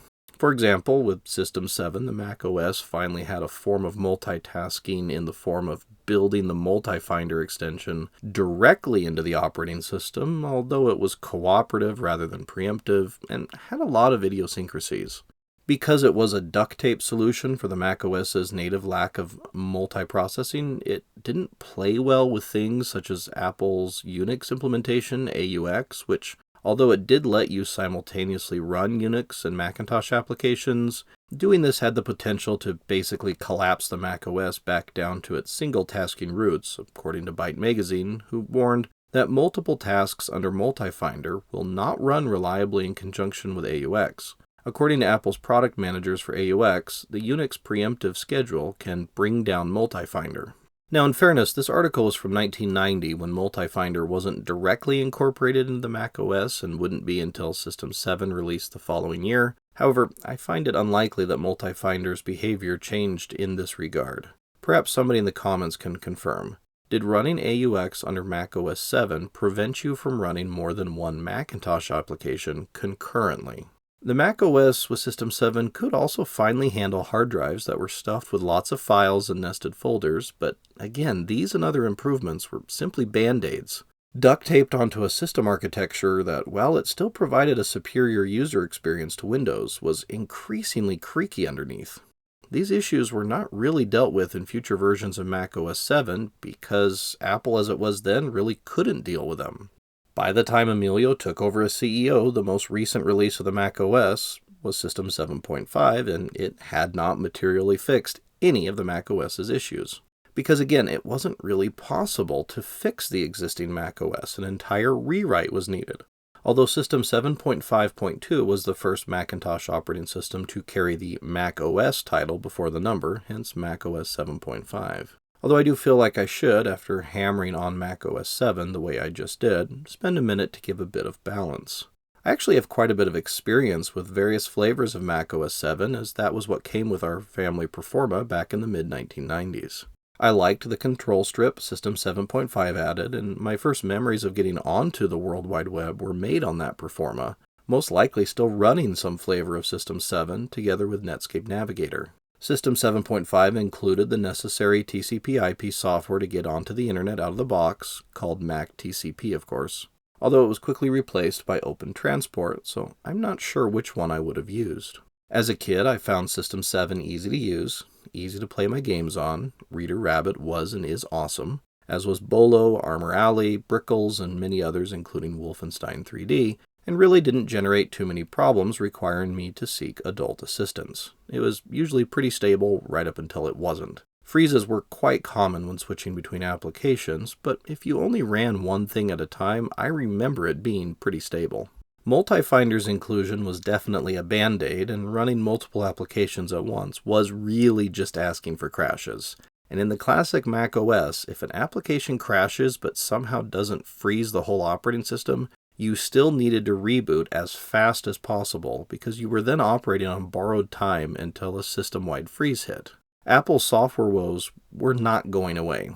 There was only so much duct tape that could be applied, and the competition was getting fierce, especially in the aftermath of Windows 95 coming in like the proverbial wrecking ball on August 24th, 1995. After all, what good was the powerful PowerPC hardware if the operating system running on it had serious issues that negated many of the hardware's advantages? Again, the aging macOS was originally built to run a single application at a time on a system with only 128K of RAM and no hard drive. And as the 90s went on, it was just struggling mightily to keep up with the increasing demands made on it. I do remember dealing with the classic macOS's tendency to, for example, crash when too many extensions were loaded, or when switching from one application to another. For example, I caused our G3 iMac to crash many times when I would use Command-M to switch StarCraft into windowed mode so I could bring up Netscape Navigator or Internet Explorer in order to look up a tutorial or a build order, using Ask Jeeves to search, of course. Every time I did it, I would half wince, waiting to see if I was about to have to restart the computer. And this was under later versions of the classic macOS, specifically 8.6 and 9.1 as I recall. Problems such as this were even worse in the early to mid-1990s. In 1995, when Amelio took over, the product lineup of new computers released that year was lengthy, as we've seen, at 39 different desktop models, but was somewhat streamlined over previous years so far as new models that launched, but the model lines were still rather confusing, with a new LC model, the 580, as well as multiple new Performa, Power Macintosh, and PowerBook models. But we must remember that these are just the new models launched in 1995. There were still Quadras being manufactured and sold, for example, even though no new ones were launched. It was a mess and really wouldn't get fully sorted out until Steve Jobs forced everything to fit into a neat little product matrix several years down the road. Well, almost everything. Okay, there were one or two outliers, but I happen to like the G4 Cube and wish I had one. There I go getting ahead of myself again. Let's get back to 1995. And Amelio's biggest challenge and headache, the problems with the classic macOS operating system. And yes, saying classic macOS operating system is saying operating system twice. Apple's operating system woes were, of course, hardly news to Apple itself, who we've already seen had been trying for literally years since the late 80s to come up with a viable way to bring the macOS into the modern era. We've already covered the Pink project, a much ballyhooed and interesting attempt to design the next generation macOS, and one that staggered on for many years before finally collapsing. Well, it eventually sort of got folded into Taligent, the project trying to make a new macOS that would run on not only the Macintosh, but also IBM's line of PowerPC-based systems. Taligent needs a video devoted entirely to it, as does Pink, to be honest, but the end result of all of this was nothing directly usable, and no actual progress made towards a new operating system. It had managed to burn through quite a lot of Apple's money, however. Finally, yet another group of Apple engineers set themselves the goal of developing a new operating system that would reach the market prior to the upcoming Windows 95 release in 1995. This new operating system was eventually given the codename of Copland, the fourth and final codename, with the previous three being V1, Faraday, and Maxwell. The plan was for Copland to release in 1995 and to include features such as giving the Finder a relational database engine, allowing users to customize the Mac interface more to their personal tastes, and adding what were called intelligent agents to the operating system. I believe a good way of describing these last would be as a sort of rudimentary AI that would assist the user in various tasks such as searches. For example, show me all files that the name Steve Jobs appears in, or something like that. Albeit probably not done with voice, of course, although the macOS did have a rudimentary form of voice control at this time.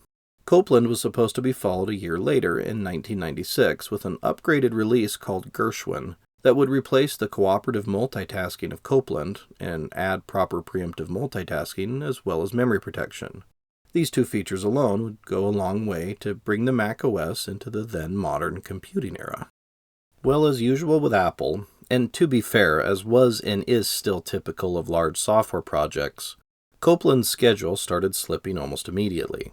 First publicly announced in March of 1994 alongside the new Power Mac systems, Copland's planned feature set started rapidly ballooning as Apple shoveled new features onto Copland's roadmap in an attempt to respond to anything new that became known about the upcoming Windows 95 release.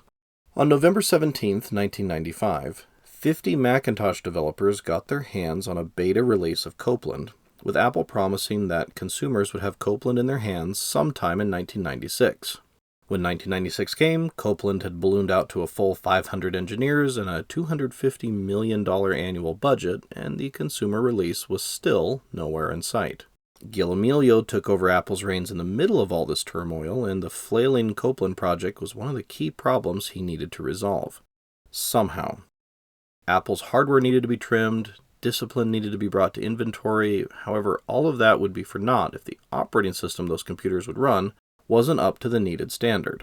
Copland was circling the drain, Gershwin was clearly never going to happen, and to top it all off, on April 17, 1996, just 2 months after Amelio had taken over as CEO, Apple had posted a painful $740 million loss. Obviously, Amelio bore little to no responsibility for this loss, as again he had only been Apple's CEO for barely a couple months. But the buck stopped with him, and he decided to make some changes to try to salvage at least something from the disaster Copland was shaping up to be. So on May 13, 1996, Amelio announced that the best pieces of Copland would be released piecemeal. So far as I can tell, the plan was to start with a minimum viable product release of Copland and then add new pieces at a steady clip, rather than waiting for a single monolithic release to be done. macOS System 7.6, codenamed Harmony, was supposed to ship in January of 1997 and would represent the essentials of the new macOS Copland experience, although I don't really have much to go on for what exactly it was supposed to contain. macOS System 8.0 would follow it in July of 1997. This release, codenamed Tempo, would add proper multitasking and multi-threading to the initial Harmony release. Eventually, all the disparate pieces and releases would apparently be unified together into a single release that would be Copland at some point down the road. This whole oddball plan was doomed to failure from the start, and it didn't take long for that to become evident, as by August of 1996, all development of Copland not related to the pieces needed for Harmony and Tempo was frozen. In the words of Apple Confidential 2.0, Chief Technology Officer Ellen M. Hancock recognized Copland for the bloated piece of inferior vaporware that it was. It didn't adequately address the internet and lacked memory protection. Interestingly, at least one guide to Copland was released prior to its cancellation, showing how close it actually came to shipping. The book is titled macOS 8 Revealed, A Technical Tour of the New macOS, and it's an interesting, if unofficial, look at an alternate history of what might have been. The author, Tony Francis, was apparently given a lot of access to the Copland team, and the book is aimed at developers, system administrators, and information systems professionals. Still, Copland at best would have been feature-complete, maybe, definitely not release-ready in 1996 had Apple not canned the project, and at best it probably needed several more years of development to be consumer-ready, or possibly even quite a bit longer, assuming it could even be successfully finished.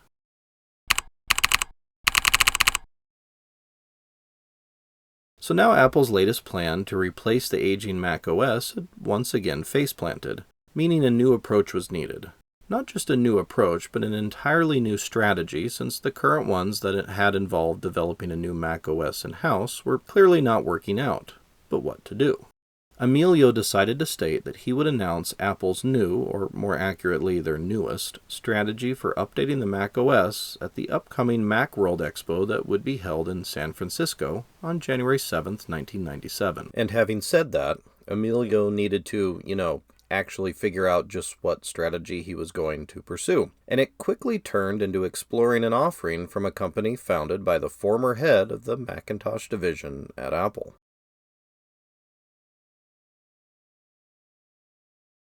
This company had created revolutionary hardware paired with an advanced operating system that wowed everyone who saw it and was building a lot of buzz. I am talking, of course, about B Inc. and the BOS operating system. And yes, I am aware that I basically just said operating system twice, once again. BOS had a lot going for it, and it definitely had some of that intangible quality that we will call Apple DNA in it. The company that created it, B Inc., was founded in 1990 by former Apple executive Jean-Louis Gasset, who had actually been the head of Macintosh development at Apple after Jobs was ousted. After leaving Apple, Gasset had founded B Inc. with the goal of developing a next-generation operating system that would run on B's own hardware, a task in which multiple former Apple employees would aid him. This operating system, BOS won immediate plaudits from tech pundits, but never managed to get off the ground. In brief, the custom hardware it was originally developed for, known as the B-Box, was not a success, and B then pivoted to becoming a software-only company with the goal of getting BOS to run on Apple's new Power Macs, as well as the Mac clones that Apple had started to license. For this section, I am going to mostly rely on Gil Amelio's book, On the Firing Line, My 500 Days at Apple, for the details on what exactly was happening at this time within Apple's walls with regards to evaluating BOS. Where I can, I am also using Gasset's book, Grateful Geek, 50 Years of Apple and Other Tech Adventures, to give his perspective on what was going on. However, Gasset's book is unfortunately light on a lot of details that I deeply wish he had talked about more, especially the details of what the negotiations with Apple looked like from B's point of view generally, and his point of view specifically. And by light on details, I mean that the entirety of the BOS-Apple negotiations are covered and disposed of within just a handful of paragraphs. My guess is that the whole experience represents an understandably painful memory for Gasset, and he does not feel the need to dwell on it too much. According to Gil Amelio, Jean-Louis maintained strong contacts within Apple and became aware of a possibility for B when he got wind of Apple's OS predicament.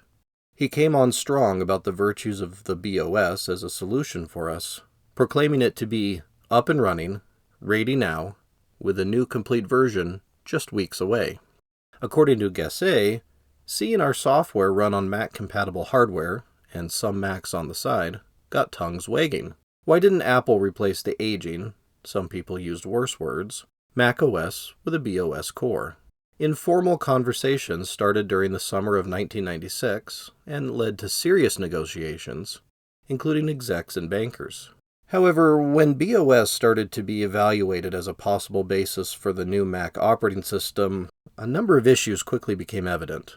According to Gil Amelio, by 1995, BOS apparently was still unable to print at all. Not one printer driver existed for it. Furthermore, it was unable to do any sort of file sharing. Large areas of the operating system were still unfinished, and in Amelio's own words, the BOS concept was indeed an elegant system worth bragging about, but a massive amount of work was yet to be implemented. My conclusion, after looking at the software and hearing the due diligence reports of my engineers, was that Jean-Louis was offering Apple a great concept that was still 3 years and megabucks away from solving our problem. It's fair to ask at this point if Amelio is being accurate in his summation of BOS. Was Gasset really pushing an operating system that was so woefully incomplete, or was Amelio retroactively justifying not going with BOS? Looking at an otherwise laudatory article on BOS that appeared in Mac User's January 1997 issue, it seems that Amelio is being quite accurate in his description of the unfinished state of BOS. In the article, titled Plan B, the then current state of BOS was examined in great detail, with an eye towards it being a replacement for the Mac OS. The version of BOS being tested then was Developer Release 8, or DR8, which shipped to developers in September of 1996, making it a later version than what Amelio had originally seen when negotiations started, which was probably Developer Release 6 or 7. Mac User listed the following limitations for it, which are a mixture of missing features as well as ways in which BOS was significantly different from the conventions of the Mac OS. In the latter case, these issues are worth mentioning simply for the perspective they offer on the work that would have been required to Macify BOS. First of all, DR8 had no support for desktop icons. The dock was the only location where icons could be placed. In fairness, NeXTStep also had a dock for applications, of course, although I am unsure if application icons could be placed onto the desktop directly in all releases. Perhaps future me editing this will have more clarity on this. Secondly, BOS had no color management at all. This is more of a problem that would affect creative professionals working to create assets for print media, but given how many of these professionals were die-hard Apple fans, BOS's limitation in this area would be a significant problem. Thirdly, BOS couldn't print. Now, in fairness, again, Mac User was evaluating DR8, which was never intended for consumer use, and the next developer release, DR9, was promised to have at least some printer support. Nevertheless, an operating system that was then incapable of printing was a serious problem, something that IBM had painfully discovered a few years prior with the initial couple releases of OS/2 1X. Fourthly, BOS DR8 couldn't really do file sharing, or rather it couldn't do it easily. Amelio states that it couldn't do any file sharing, but according to MacUser, DR8 actually was capable of file sharing, but only via Unix commands entered in BOS's terminal. Easy file sharing is something that the classic macOS does very well, with AppleTalk being quite easy to use and figure out. And obviously, NeXTStep had incredibly advanced file sharing and networking abilities, and in fact, already supported the AppleTalk client for printing and talking to Apple servers. Although it did not support the Apple Share protocol for sharing files, other protocols had to be used for file sharing. Fifthly, BOS had no hierarchical list view. The user had to directly open a folder to see what was in it. Both NeXTStep and the macOS had hierarchical views of folders available, although the macOS had only had that ability since the release of System 7. Sixth, BOS had no help system built in, and there were no plans to add one. Ever since the release of version 7, the macOS had possessed a built-in help system called Balloon Help, which was system-wide, although it was rather annoying to use, and honestly, I usually turned it off as a kid. Seventh, BOS was fairly limited in its font support, only supporting TrueType fonts and lacking any support for PostScript. Now, it's true that TrueType had been developed by Apple as a competitor to Adobe's expensive PostScript, and was used by both Microsoft and Apple. However, creative professionals largely used PostScript, as that was, rather unsurprisingly, what Adobe's software in particular used. Again, creative professionals working in print production were some of the most fanatical supporters of Apple during this time frame, and an operating system lacking PostScript support would have been a problem. Eighth and finally, BOS then had basically no applications. I'm not sure this is much of a fair point to make, as NeXTStep OS wasn't exactly swimming with applications either, and the process of turning either BOS or NeXTStep OS into the next generation Macintosh operating system was probably going to pretty much break compatibility with existing applications anyhow. It's fair to note that it took a colossal amount of work to get Mac OS X out the door, with the first consumer release not landing until March 21st, 2001. In light of this, it seems unlikely that BOS would have required any more time to adapt than NeXTStep did. Either operating system was going to involve years of effort and development to make it work as a new, next-generation macOS. Gasset seems to have felt that he had a strong hand to play with, and so he tried to hold out for far more than Amelio was willing to pay. According to Amelio, B's first offer was shockingly bold. They would sell us B and all its assets in exchange for shares worth 15% of Apple Computer. I've dealt with some tough negotiations, but I was stunned. He then goes on to say, it's expected that a seller will name a high price at the start of negotiations, but the figure needs to be reasonably defensible. At the time, Apple shares were depressed.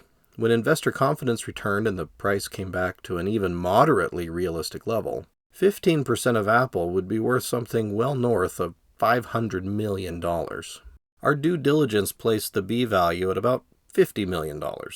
Without waiting, I placed a call to Jean-Louis and said, you have 0 sales, you have an operating system that's 3 years away from any reality, and you want 15% of the company. That's not in the cards. That's not even within the realm of possibilities.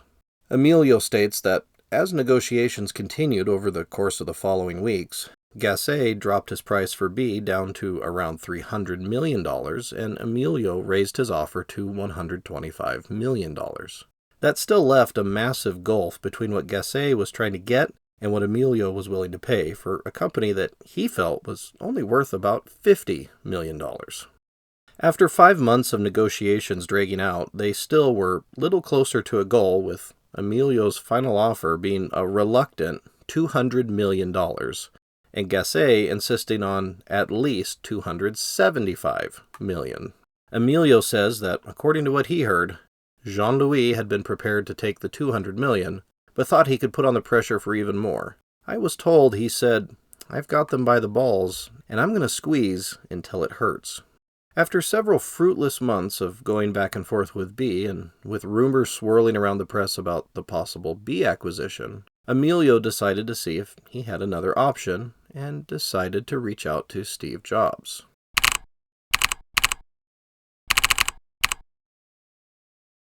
According to Amelio, a NeXT marketing person had reached out to Ellen Hancock to let her know that Steve Jobs was interested in talking with Amelio about Apple acquiring NeXTStep OS instead of BOS. Or at least that's one story of what happened. The most detailed story actually comes from the fascinating book Infinite Loop by Michael Malone, and he nails things down pretty precisely, so I'm inclined to go with his account of how things got rolling. Malone says that a number of NeXT people were positive that Apple could solve all of its operating system woes by going with NeXT instead of BOS. Eventually, one of NeXT's product managers, John Landwehr, convinced NeXT's VP of Sales, Mitch Mandich, that somebody needed to get the ball rolling with Apple or they were going to make the wrong choice. Mandich didn't want to open communication with Apple himself. Malone states that he reacted like most people at NeXT when discussing fraternization with a blood enemy, so he decided not to make the call himself, but directed a marketing manager to do it. That manager passed the buck to Garrett Rice, NeXT's channel marketing manager. Rice then quietly extended feelers to a contact he had in Apple, who then put him in touch with Ellen Hancock, Apple's chief technical officer, who we have already mentioned was the one who made the tough choice to cancel Copland. Keep in mind that at this time, Amelio was still actively negotiating with B. At this point, it doesn't seem that he was necessarily ready to walk away from B. He was just exploring the possibility of going down a different road than the one labeled BOS. Whether he continued down the road to see if it was viable, well, that was only going to happen if B blew the deal. But things rapidly started to move. As the week of November 26, 1996, representatives of both Apple and NeXT had a conference call that resulted in Apple sending people to NeXT to have an in-person meeting. It's hard to believe, but Malone states that at this point, Jobs did not actually know what was going on. Nobody had told him. His attention was entirely on Pixar. However, in the middle of the Apple NeXT meeting on November 27th, Jobs called NeXT on an unrelated matter and found out what was going on. Far from being upset, Jobs apparently was happy to hear what was going on, and even stated that he had been thinking along the same lines and had already quietly reached out on his own to an Apple executive. Negotiations went forward rapidly from this point, as Apple started digging into NeXT to see if there were any potential issues that could scuttle any proposed deal. In Malone's words, Apple called nearly everyone who had ever worked for or with NeXT. Developers, contractors, current and former customers, past and present employees, trying to find that one fatal bit of evidence that would nix the deal. They gave us a very thorough scrubbing, said Jobs, but Apple never found that fatal flaw. As the meetings continued, Jobs actually attended one held on Apple's own campus, walking Apple's grounds for the first time in many years. Things were proceeding smoothly, and Jobs had thoroughly charmed Amelio, who visited Jobs at his house multiple times. The deal picked up speed and momentum, and by the time B and Gasset caught wind of it, it was too late to salvage the BOS deal. Oh, they tried, with Gasset frantically offering to sell for $210 million, or maybe not so frantically, considering that that figure was still $10 million over Apple's last offer. That final attempt was rejected, and Apple bought NeXT, lock, stock, and barrel, paying $425 million for NeXT and NeXTStep, a figure which included assuming NeXT's $50 million of debt. Or possibly it was $350 million plus $50 million more to cover NeXT's outstanding debts. There are several different figures. Apple's own press release says $400 million. A CNET article based on the press release says $350 million for NeXT plus $50 million to cover NeXT's debts. Michael Malone in Infinite Loop rather confusingly puts it as $425 million, not just for NeXTStep, but for the outright purchase of NeXT Inc. Apple would pay $350 million for NeXT, plus assume that company's $50 million debt. So there's $25 million that I'm not entirely sure where it went, or maybe it didn't exist at all. That was the end of NeXT as a company, and it was also the last chance for B Inc. to become successful. B Inc. staggered on for a few more years, with the shattered remnants finally being purchased by Palm in 2001 for a mere $11 million. It remains one of the great what-ifs of computing history. Although an awful lot of B's former developers wound up working for Google a few years later. Specifically, about a third of the Android team in 2006 was comprised of former B employees. Plus, of course, there is Haiku, an open-source re-implementation of BOS that has been making slow but steady progress over the past 20-plus years and is currently on beta release 4. The NeXT acquisition itself was not necessarily seen as Apple making a wise decision that would finally fix its operating system woes. In fact, one of the most entertaining quotes comes from Nathan Myhrvold, Microsoft's chief technology officer, who said, "The NeXT purchase is too little, too late. Apple is already dead." While it's fun to laugh at this in hindsight, keep in mind that Myhrvold is a brilliant man who played a critical role in Microsoft's success, had plenty of experience developing operating systems since. Prior to being acquired by Microsoft, the company he co-founded, DSR, had successfully created a clone of IBM's absolute dog of an operating system, TopView. Myhrvold thus had a very good idea of how much work lay ahead of Apple as it struggled to adapt NeXTStep into a new version of the macOS that maintained at least some level of backwards compatibility at the very least. The fact is that Apple's purchase of NeXT was not guaranteed to solve its operating system woes. There was a massive amount of work ahead of Apple if it wanted to turn NeXTStep into its new operating system, even more so when you think about the fact that the new operating system would also have to, again, maintain backwards compatibility with the classic macOS. Given Apple's dismal track record with operating system development, it's very easy to see why there was justification for deep skepticism about its ability to successfully pull all of this off.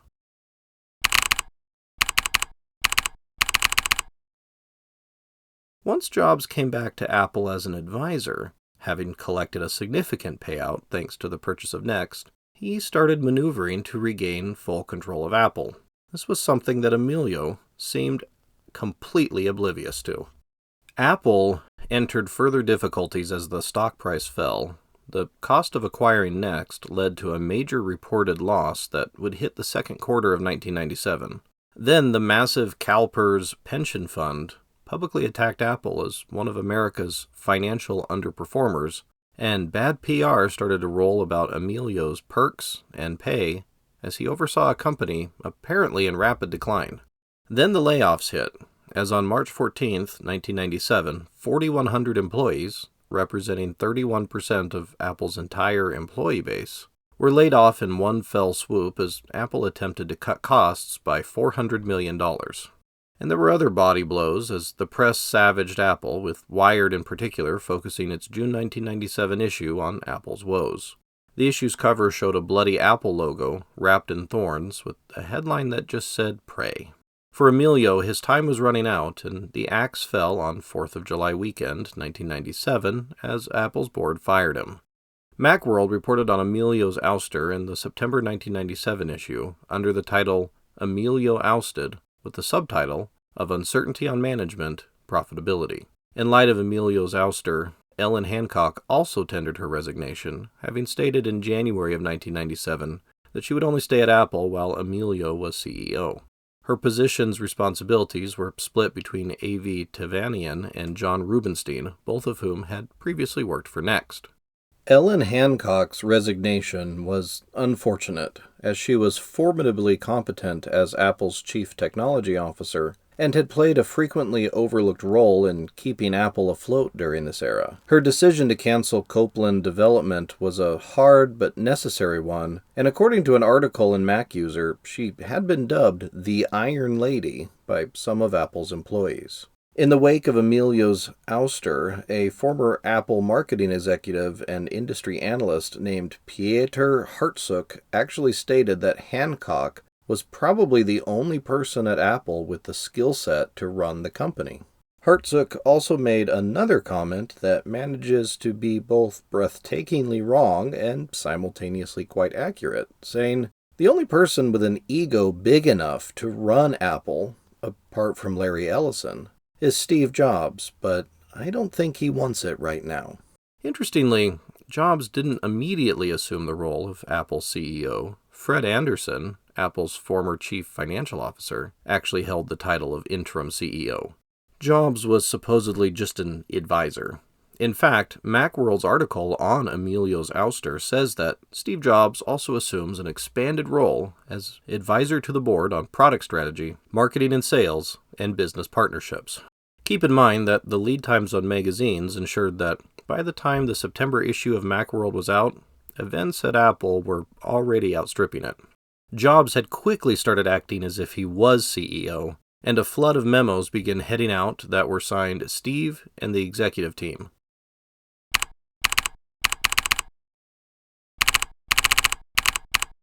On September 17, 1997, the New York Times reported that Jobs had formally taken over as interim CEO.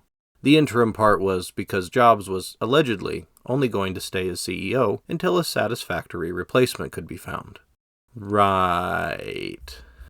Once Jobs successfully forced Amelio out and took over as interim CEO, he began a far-reaching transformation of Apple, and a key part of it was replacing key members of his team with NeXT veterans. We've already seen this operating behind the scenes with key NeXT employees such as Tavanian and Rubenstein taking over Ellen Hancock's responsibilities, and it was only going to increase.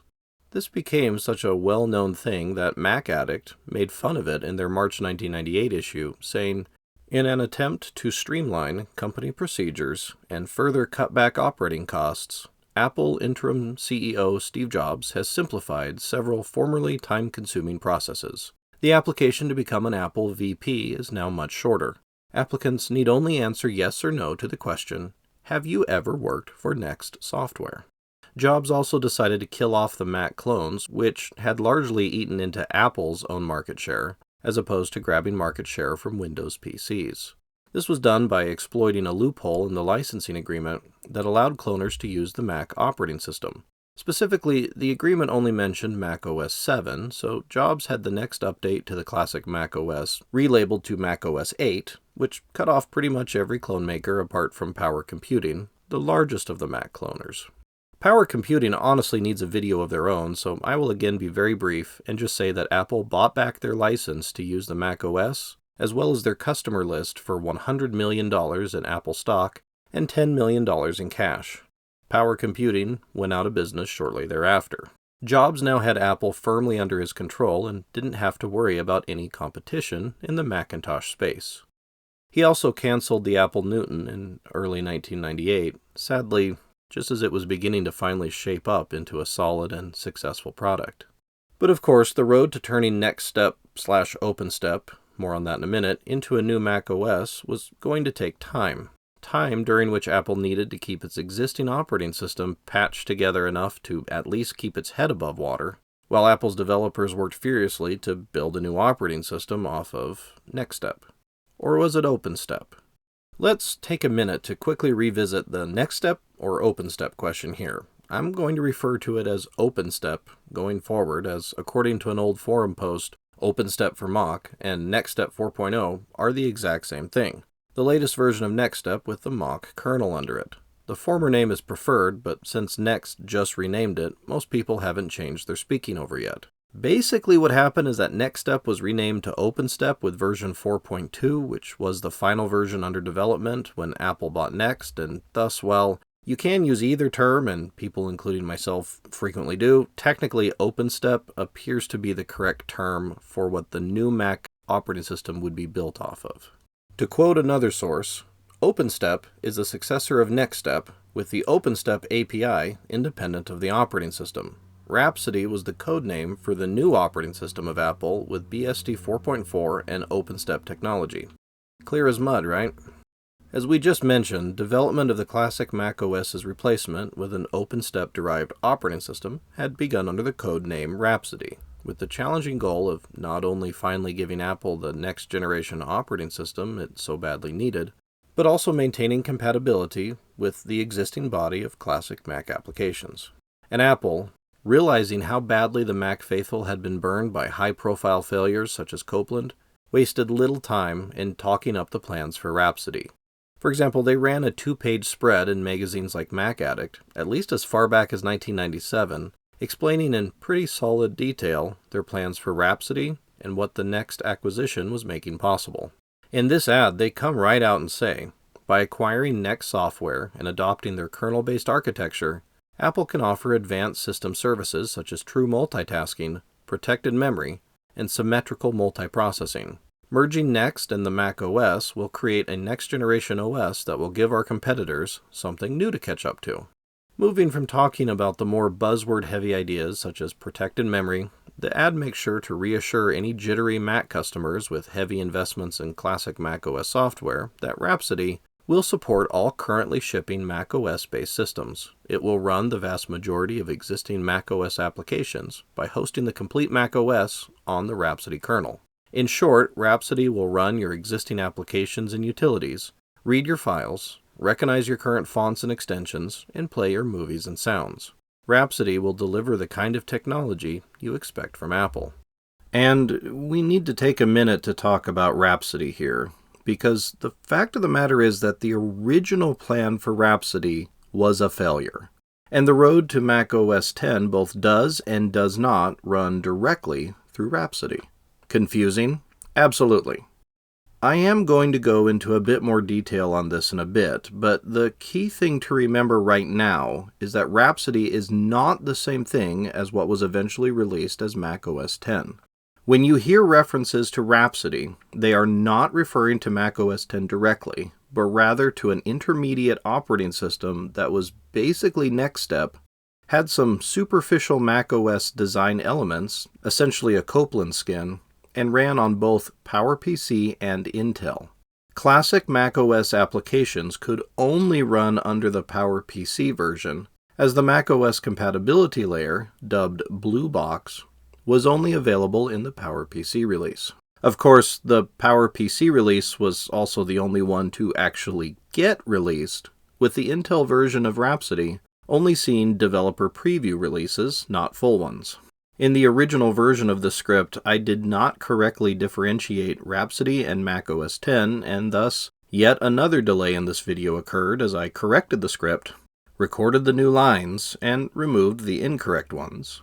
Anyhow, while development on Rhapsody was occurring, the next version of the classic macOS was also released, macOS 8. Remember that macOS 8 was originally supposed to have been what the now defunct Copland was released as. However, what was released as System 8 was not Copland in any way, shape, or form. macOS 8, the version that Jobs used to kill the clone market, was released on July 26, 1997, and among other improvements, finally made the Finder multi-threaded. For the user, this meant that you could do crazy things, such as run multiple file operations simultaneously. Then there was macOS 8.5, the first version to drop all support for 68K Macs, which was followed by a free update to macOS 8.6 in May of 1999. 8.6 actually was a big jump forward architecturally as it switched to a nano kernel that allowed the venerable macOS to sort of handle multiple processors under very limited circumstances. Users who had multiple processor machines could also start using virtual memory, which had not previously been an option on multi-processor Macintoshes. These types of Macs, by the way, were almost always ones upgraded with aftermarket processor upgrades. Far as I can tell, Apple only sold one multi-processor Mac in the 1990s, the Power Mac 9500 180MP, released in 1996 and quickly discontinued. The final major update to the classic macOS was System 9, codenamed Sonata, released in October 1999. System 9 was a great operating system and really represented the peak of what the venerable macOS could be brought to. It added support for multiple user accounts, had encryption options for files, had the first version of Keychain included with all installations. Editor Jonathan here with a slight correction. Although macOS 9 was the first to have Keychain included with every copy of the macOS, Keychain itself actually originates way back in 1993 with macOS 7, specifically macOS 7 Pro. It was part of the PowerTalk suite and was not available standalone, so far as I can tell. PowerTalk itself was dropped by Apple in 1997 when macOS 7.6 was released, and did not reappear in any version of macOS 8. With macOS 9, Keychain was added as a standalone feature, available to all users. I do not remember ever using it, but the world of 1999 had far fewer passwords to remember than we have to wrestle with nowadays. Interestingly, Keychain did not work with browsers as originally shipped. It was more aimed at saving credentials for things such as FTP servers and file servers, or anything desktop-based that had a password of some sort, but it did seem to require at least some work from developers to build support for it into their applications. It was very much a proto-one-password sort of feature, and it is interesting to see Apple being a bit of a pioneer by building this into the macOS. Anyhow, macOS 9 also had a centralized software update center and came with Sherlock 2, an absolutely awesome search utility. Sherlock had originally been introduced with macOS 8.5, but Sherlock 2 is the first version I remember using a lot, and it blew my mind as a kid with how friendly and powerful it was.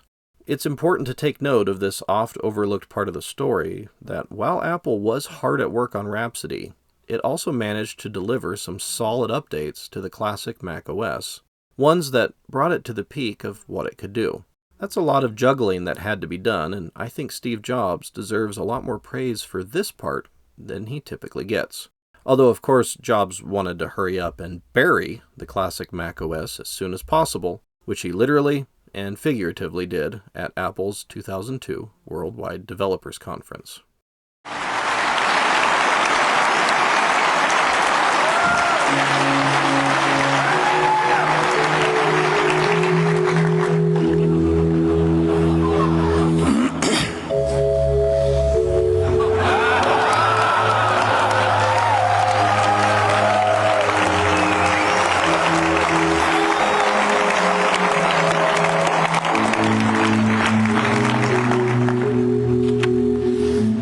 macOS 9 was a friend to us all. He worked tirelessly on our behalf, always hosting our applications, never refusing a command, always at our beck and call, except occasionally when he forgot who he was and needed to be restarted.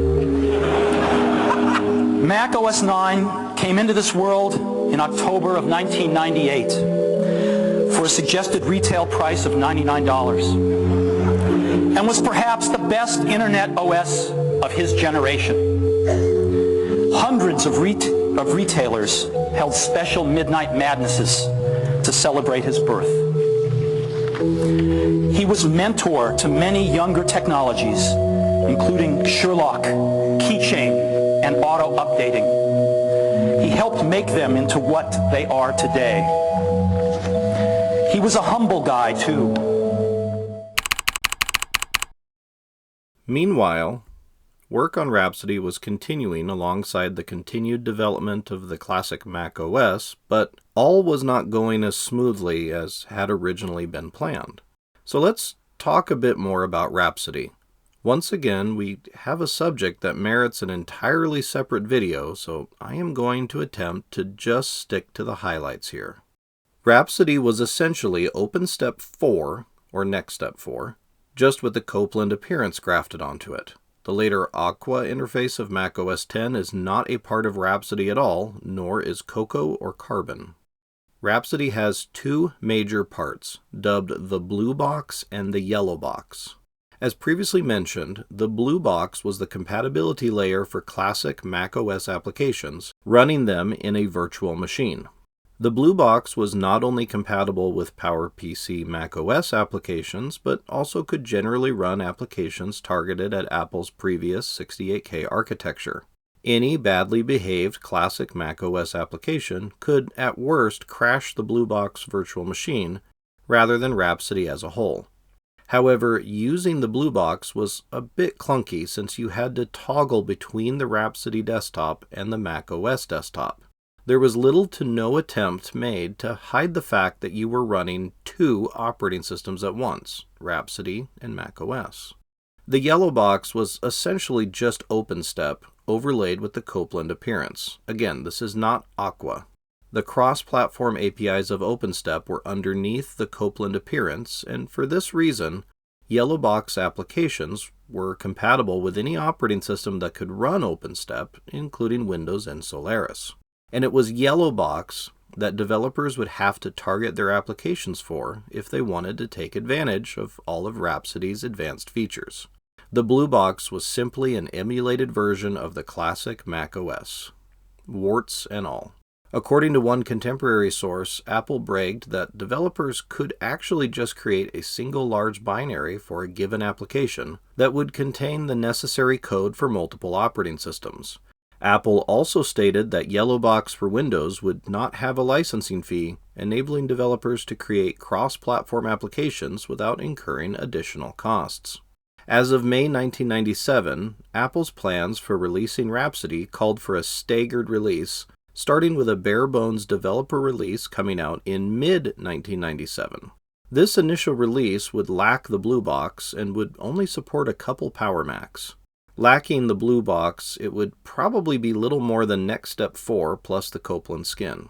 This initial release would be followed in early 1998 by a new version with a partial blue box implementation targeted at early adopters. The full release of Rhapsody with the full blue box was planned for mid-1998. This incredibly optimistic release schedule, paired with a strategy that basically boiled down to slapping a fresh coat of paint on NeXTStep, adding a virtual machine for legacy macOS applications, and then pushing it out the door for both Macs and Windows machines, was not received favorably. As a whole, developers weren't interested in porting their Mac applications to such a radically different architecture, and consumers weren't interested in something that didn't really feel very Mac-like, Copland paint notwithstanding. As John Siracusa put it in 2008, Rhapsody's proposition for Mac software developers was simple. Write your applications using these NeXT-derived APIs. These are the APIs that eventually became Cocoa, and there was much to recommend them even back then. But for Mac developers with substantial existing codebases, the proposition was more aptly phrased, rewrite your applications using these NeXT-derived APIs. The answer from the Mac development community was essentially, no thanks. This is after years and years of Apple demonstrating a complete inability to ship a modern replacement for its aging operating system. As for rewriting just their Mac applications using a new API, even that represented a tremendous investment of time and resources for a platform that could very well be on its way out. So no thanks, Apple. We'll take a pass. Or as Macworld put it in an article called The Mac's Midlife Crisis.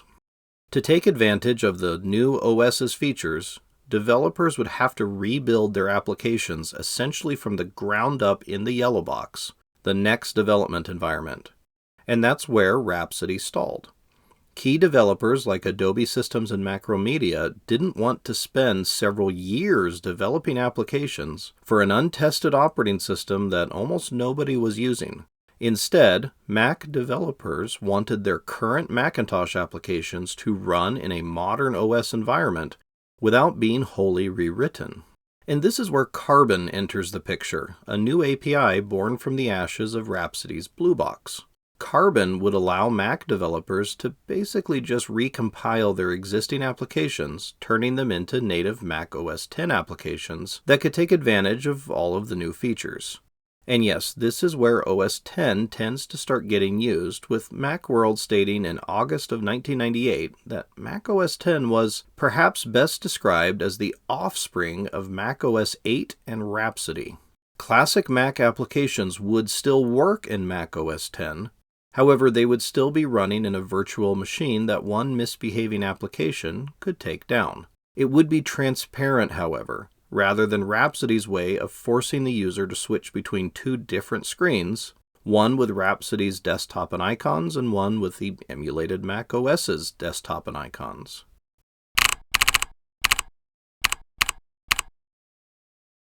But after the 1998 announcement of the shift in plans, it was still going to be years before OS X matured enough for a consumer release. There was first a server release, macOS 10 Server 1.0 in 1999, which is extremely Rhapsody-like. Then there was a beta release of Consumer OS 10 in September of 2000. I don't want to get too in the weeds on these releases. This video is already more of a history of the macOS than I had originally planned for. Instead, I will just mention that the first proper consumer release of macOS 10 was version 10.0, codenamed Cheetah, released on March 24, 2001 for $129. It was slow, missing features, had few native applications, and lacked a lot of the polish of the classic macOS. However, it was the start of the complicated problem of moving consumers over to macOS 10, and the fact that it was released at all was encouraging to the Mac faithful. I do remember that macOS 10.0 chugged so badly on our family G3 iMac that we wound up reverting back to macOS System 9.1 for another year or so, finally making the switch to OS 10 maybe with System 10.1 or 10.2. I honestly don't exactly remember which version. In September of 2001, just 6 months after the 10.0 release, Apple released 10.1, codenamed Puma, which was distributed for free to any 10.0 user. Steve Jobs was determined to bury the classic macOS as fast as possible, and so work on OS 10 proceeded at a pretty serious clip, with the next major release, 10.2 Jaguar, being released on August 23, 2002. 10.3 Panther followed, releasing on October 24, 2003, and this, in my opinion, is the first version of OS 10 to truly be an effective replacement for the classic macOS. I used it a lot on my dad's G4 iBook as well as the family G3 iMac and have nothing but good memories of it. When I bought a PowerBook in preparation for college, I got a G4 PowerBook with a beautiful 15-inch screen, a 1.67 GHz processor, 1.5 GB of RAM, a massive 80 GB hard drive, and macOS 10.4 Tiger. This computer was a beast, and Tiger felt incredibly far ahead of the Windows XP competition, because it was. It was fast, it booted quickly, and I played around with Blender, the 3D Toolkit version of Electric Image Universe, After Effects 6.0 Professional, Bryce 5, Final Cut Express HD, and using Classic Mode, Photoshop 6. I wasn't very good with any of these applications, but I had enormous amounts of fun.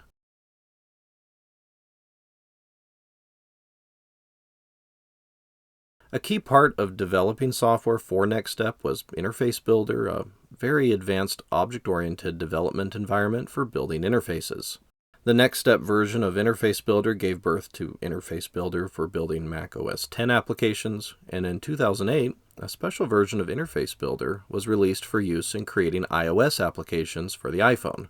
You know, once Steve Jobs quit insisting that there was no need for third-party app development on the iPhone, all anyone needed were web apps.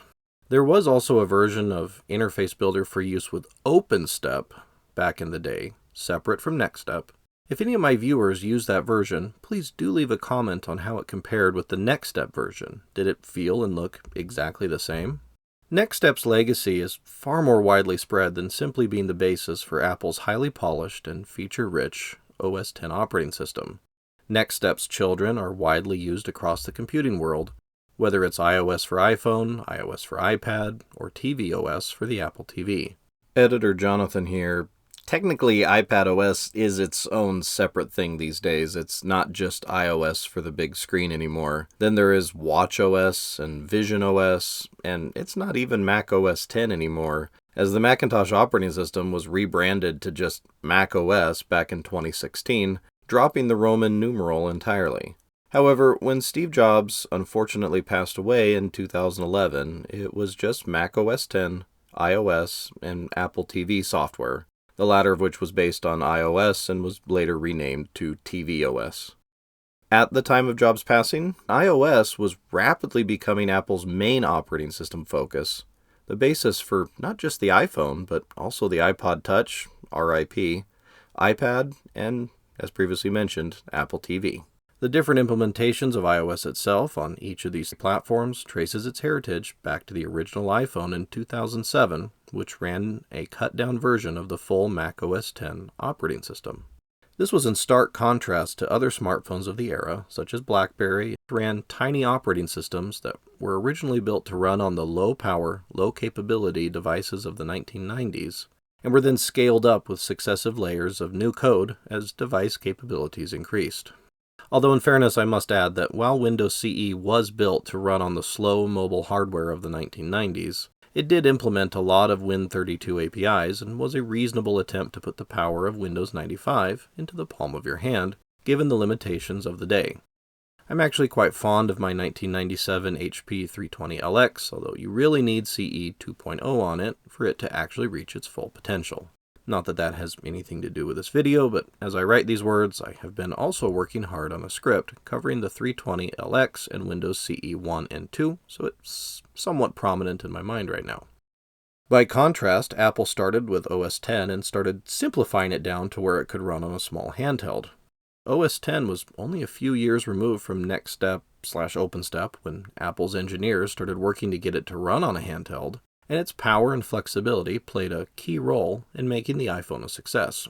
Sure, it looked cool, but the power of the NeXTStep-derived operating system also meant that Apple was able to easily keep adding more and more features to iOS, as it first ran on more advanced iPhones, and then iPads, and then the Apple TV.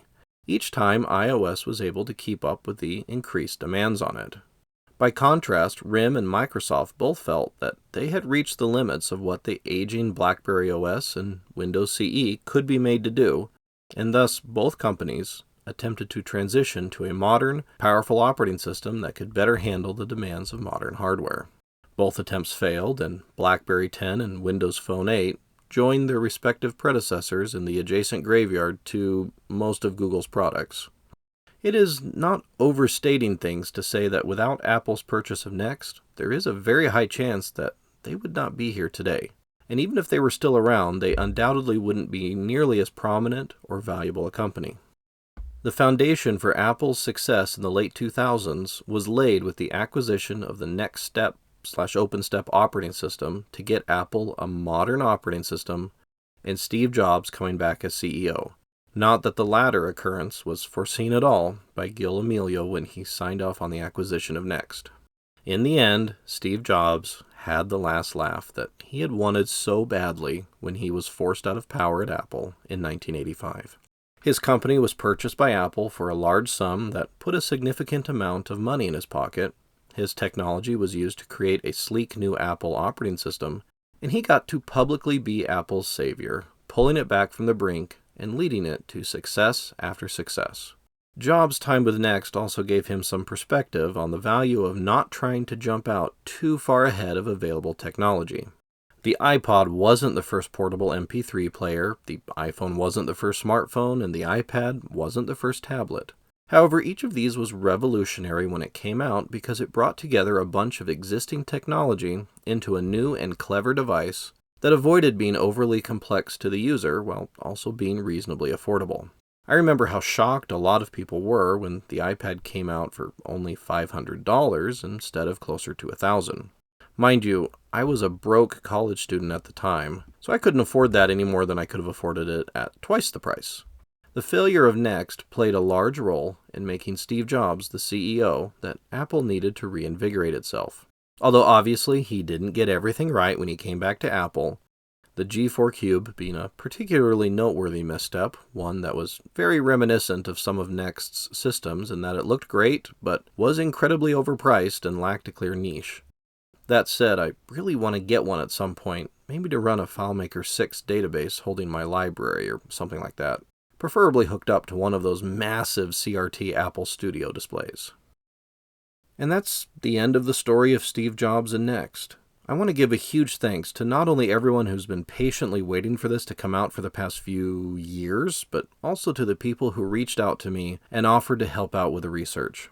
Putting this script together took me so long that I fell out of touch with some of the people who had offered to help years ago and was not able to get back in touch with them.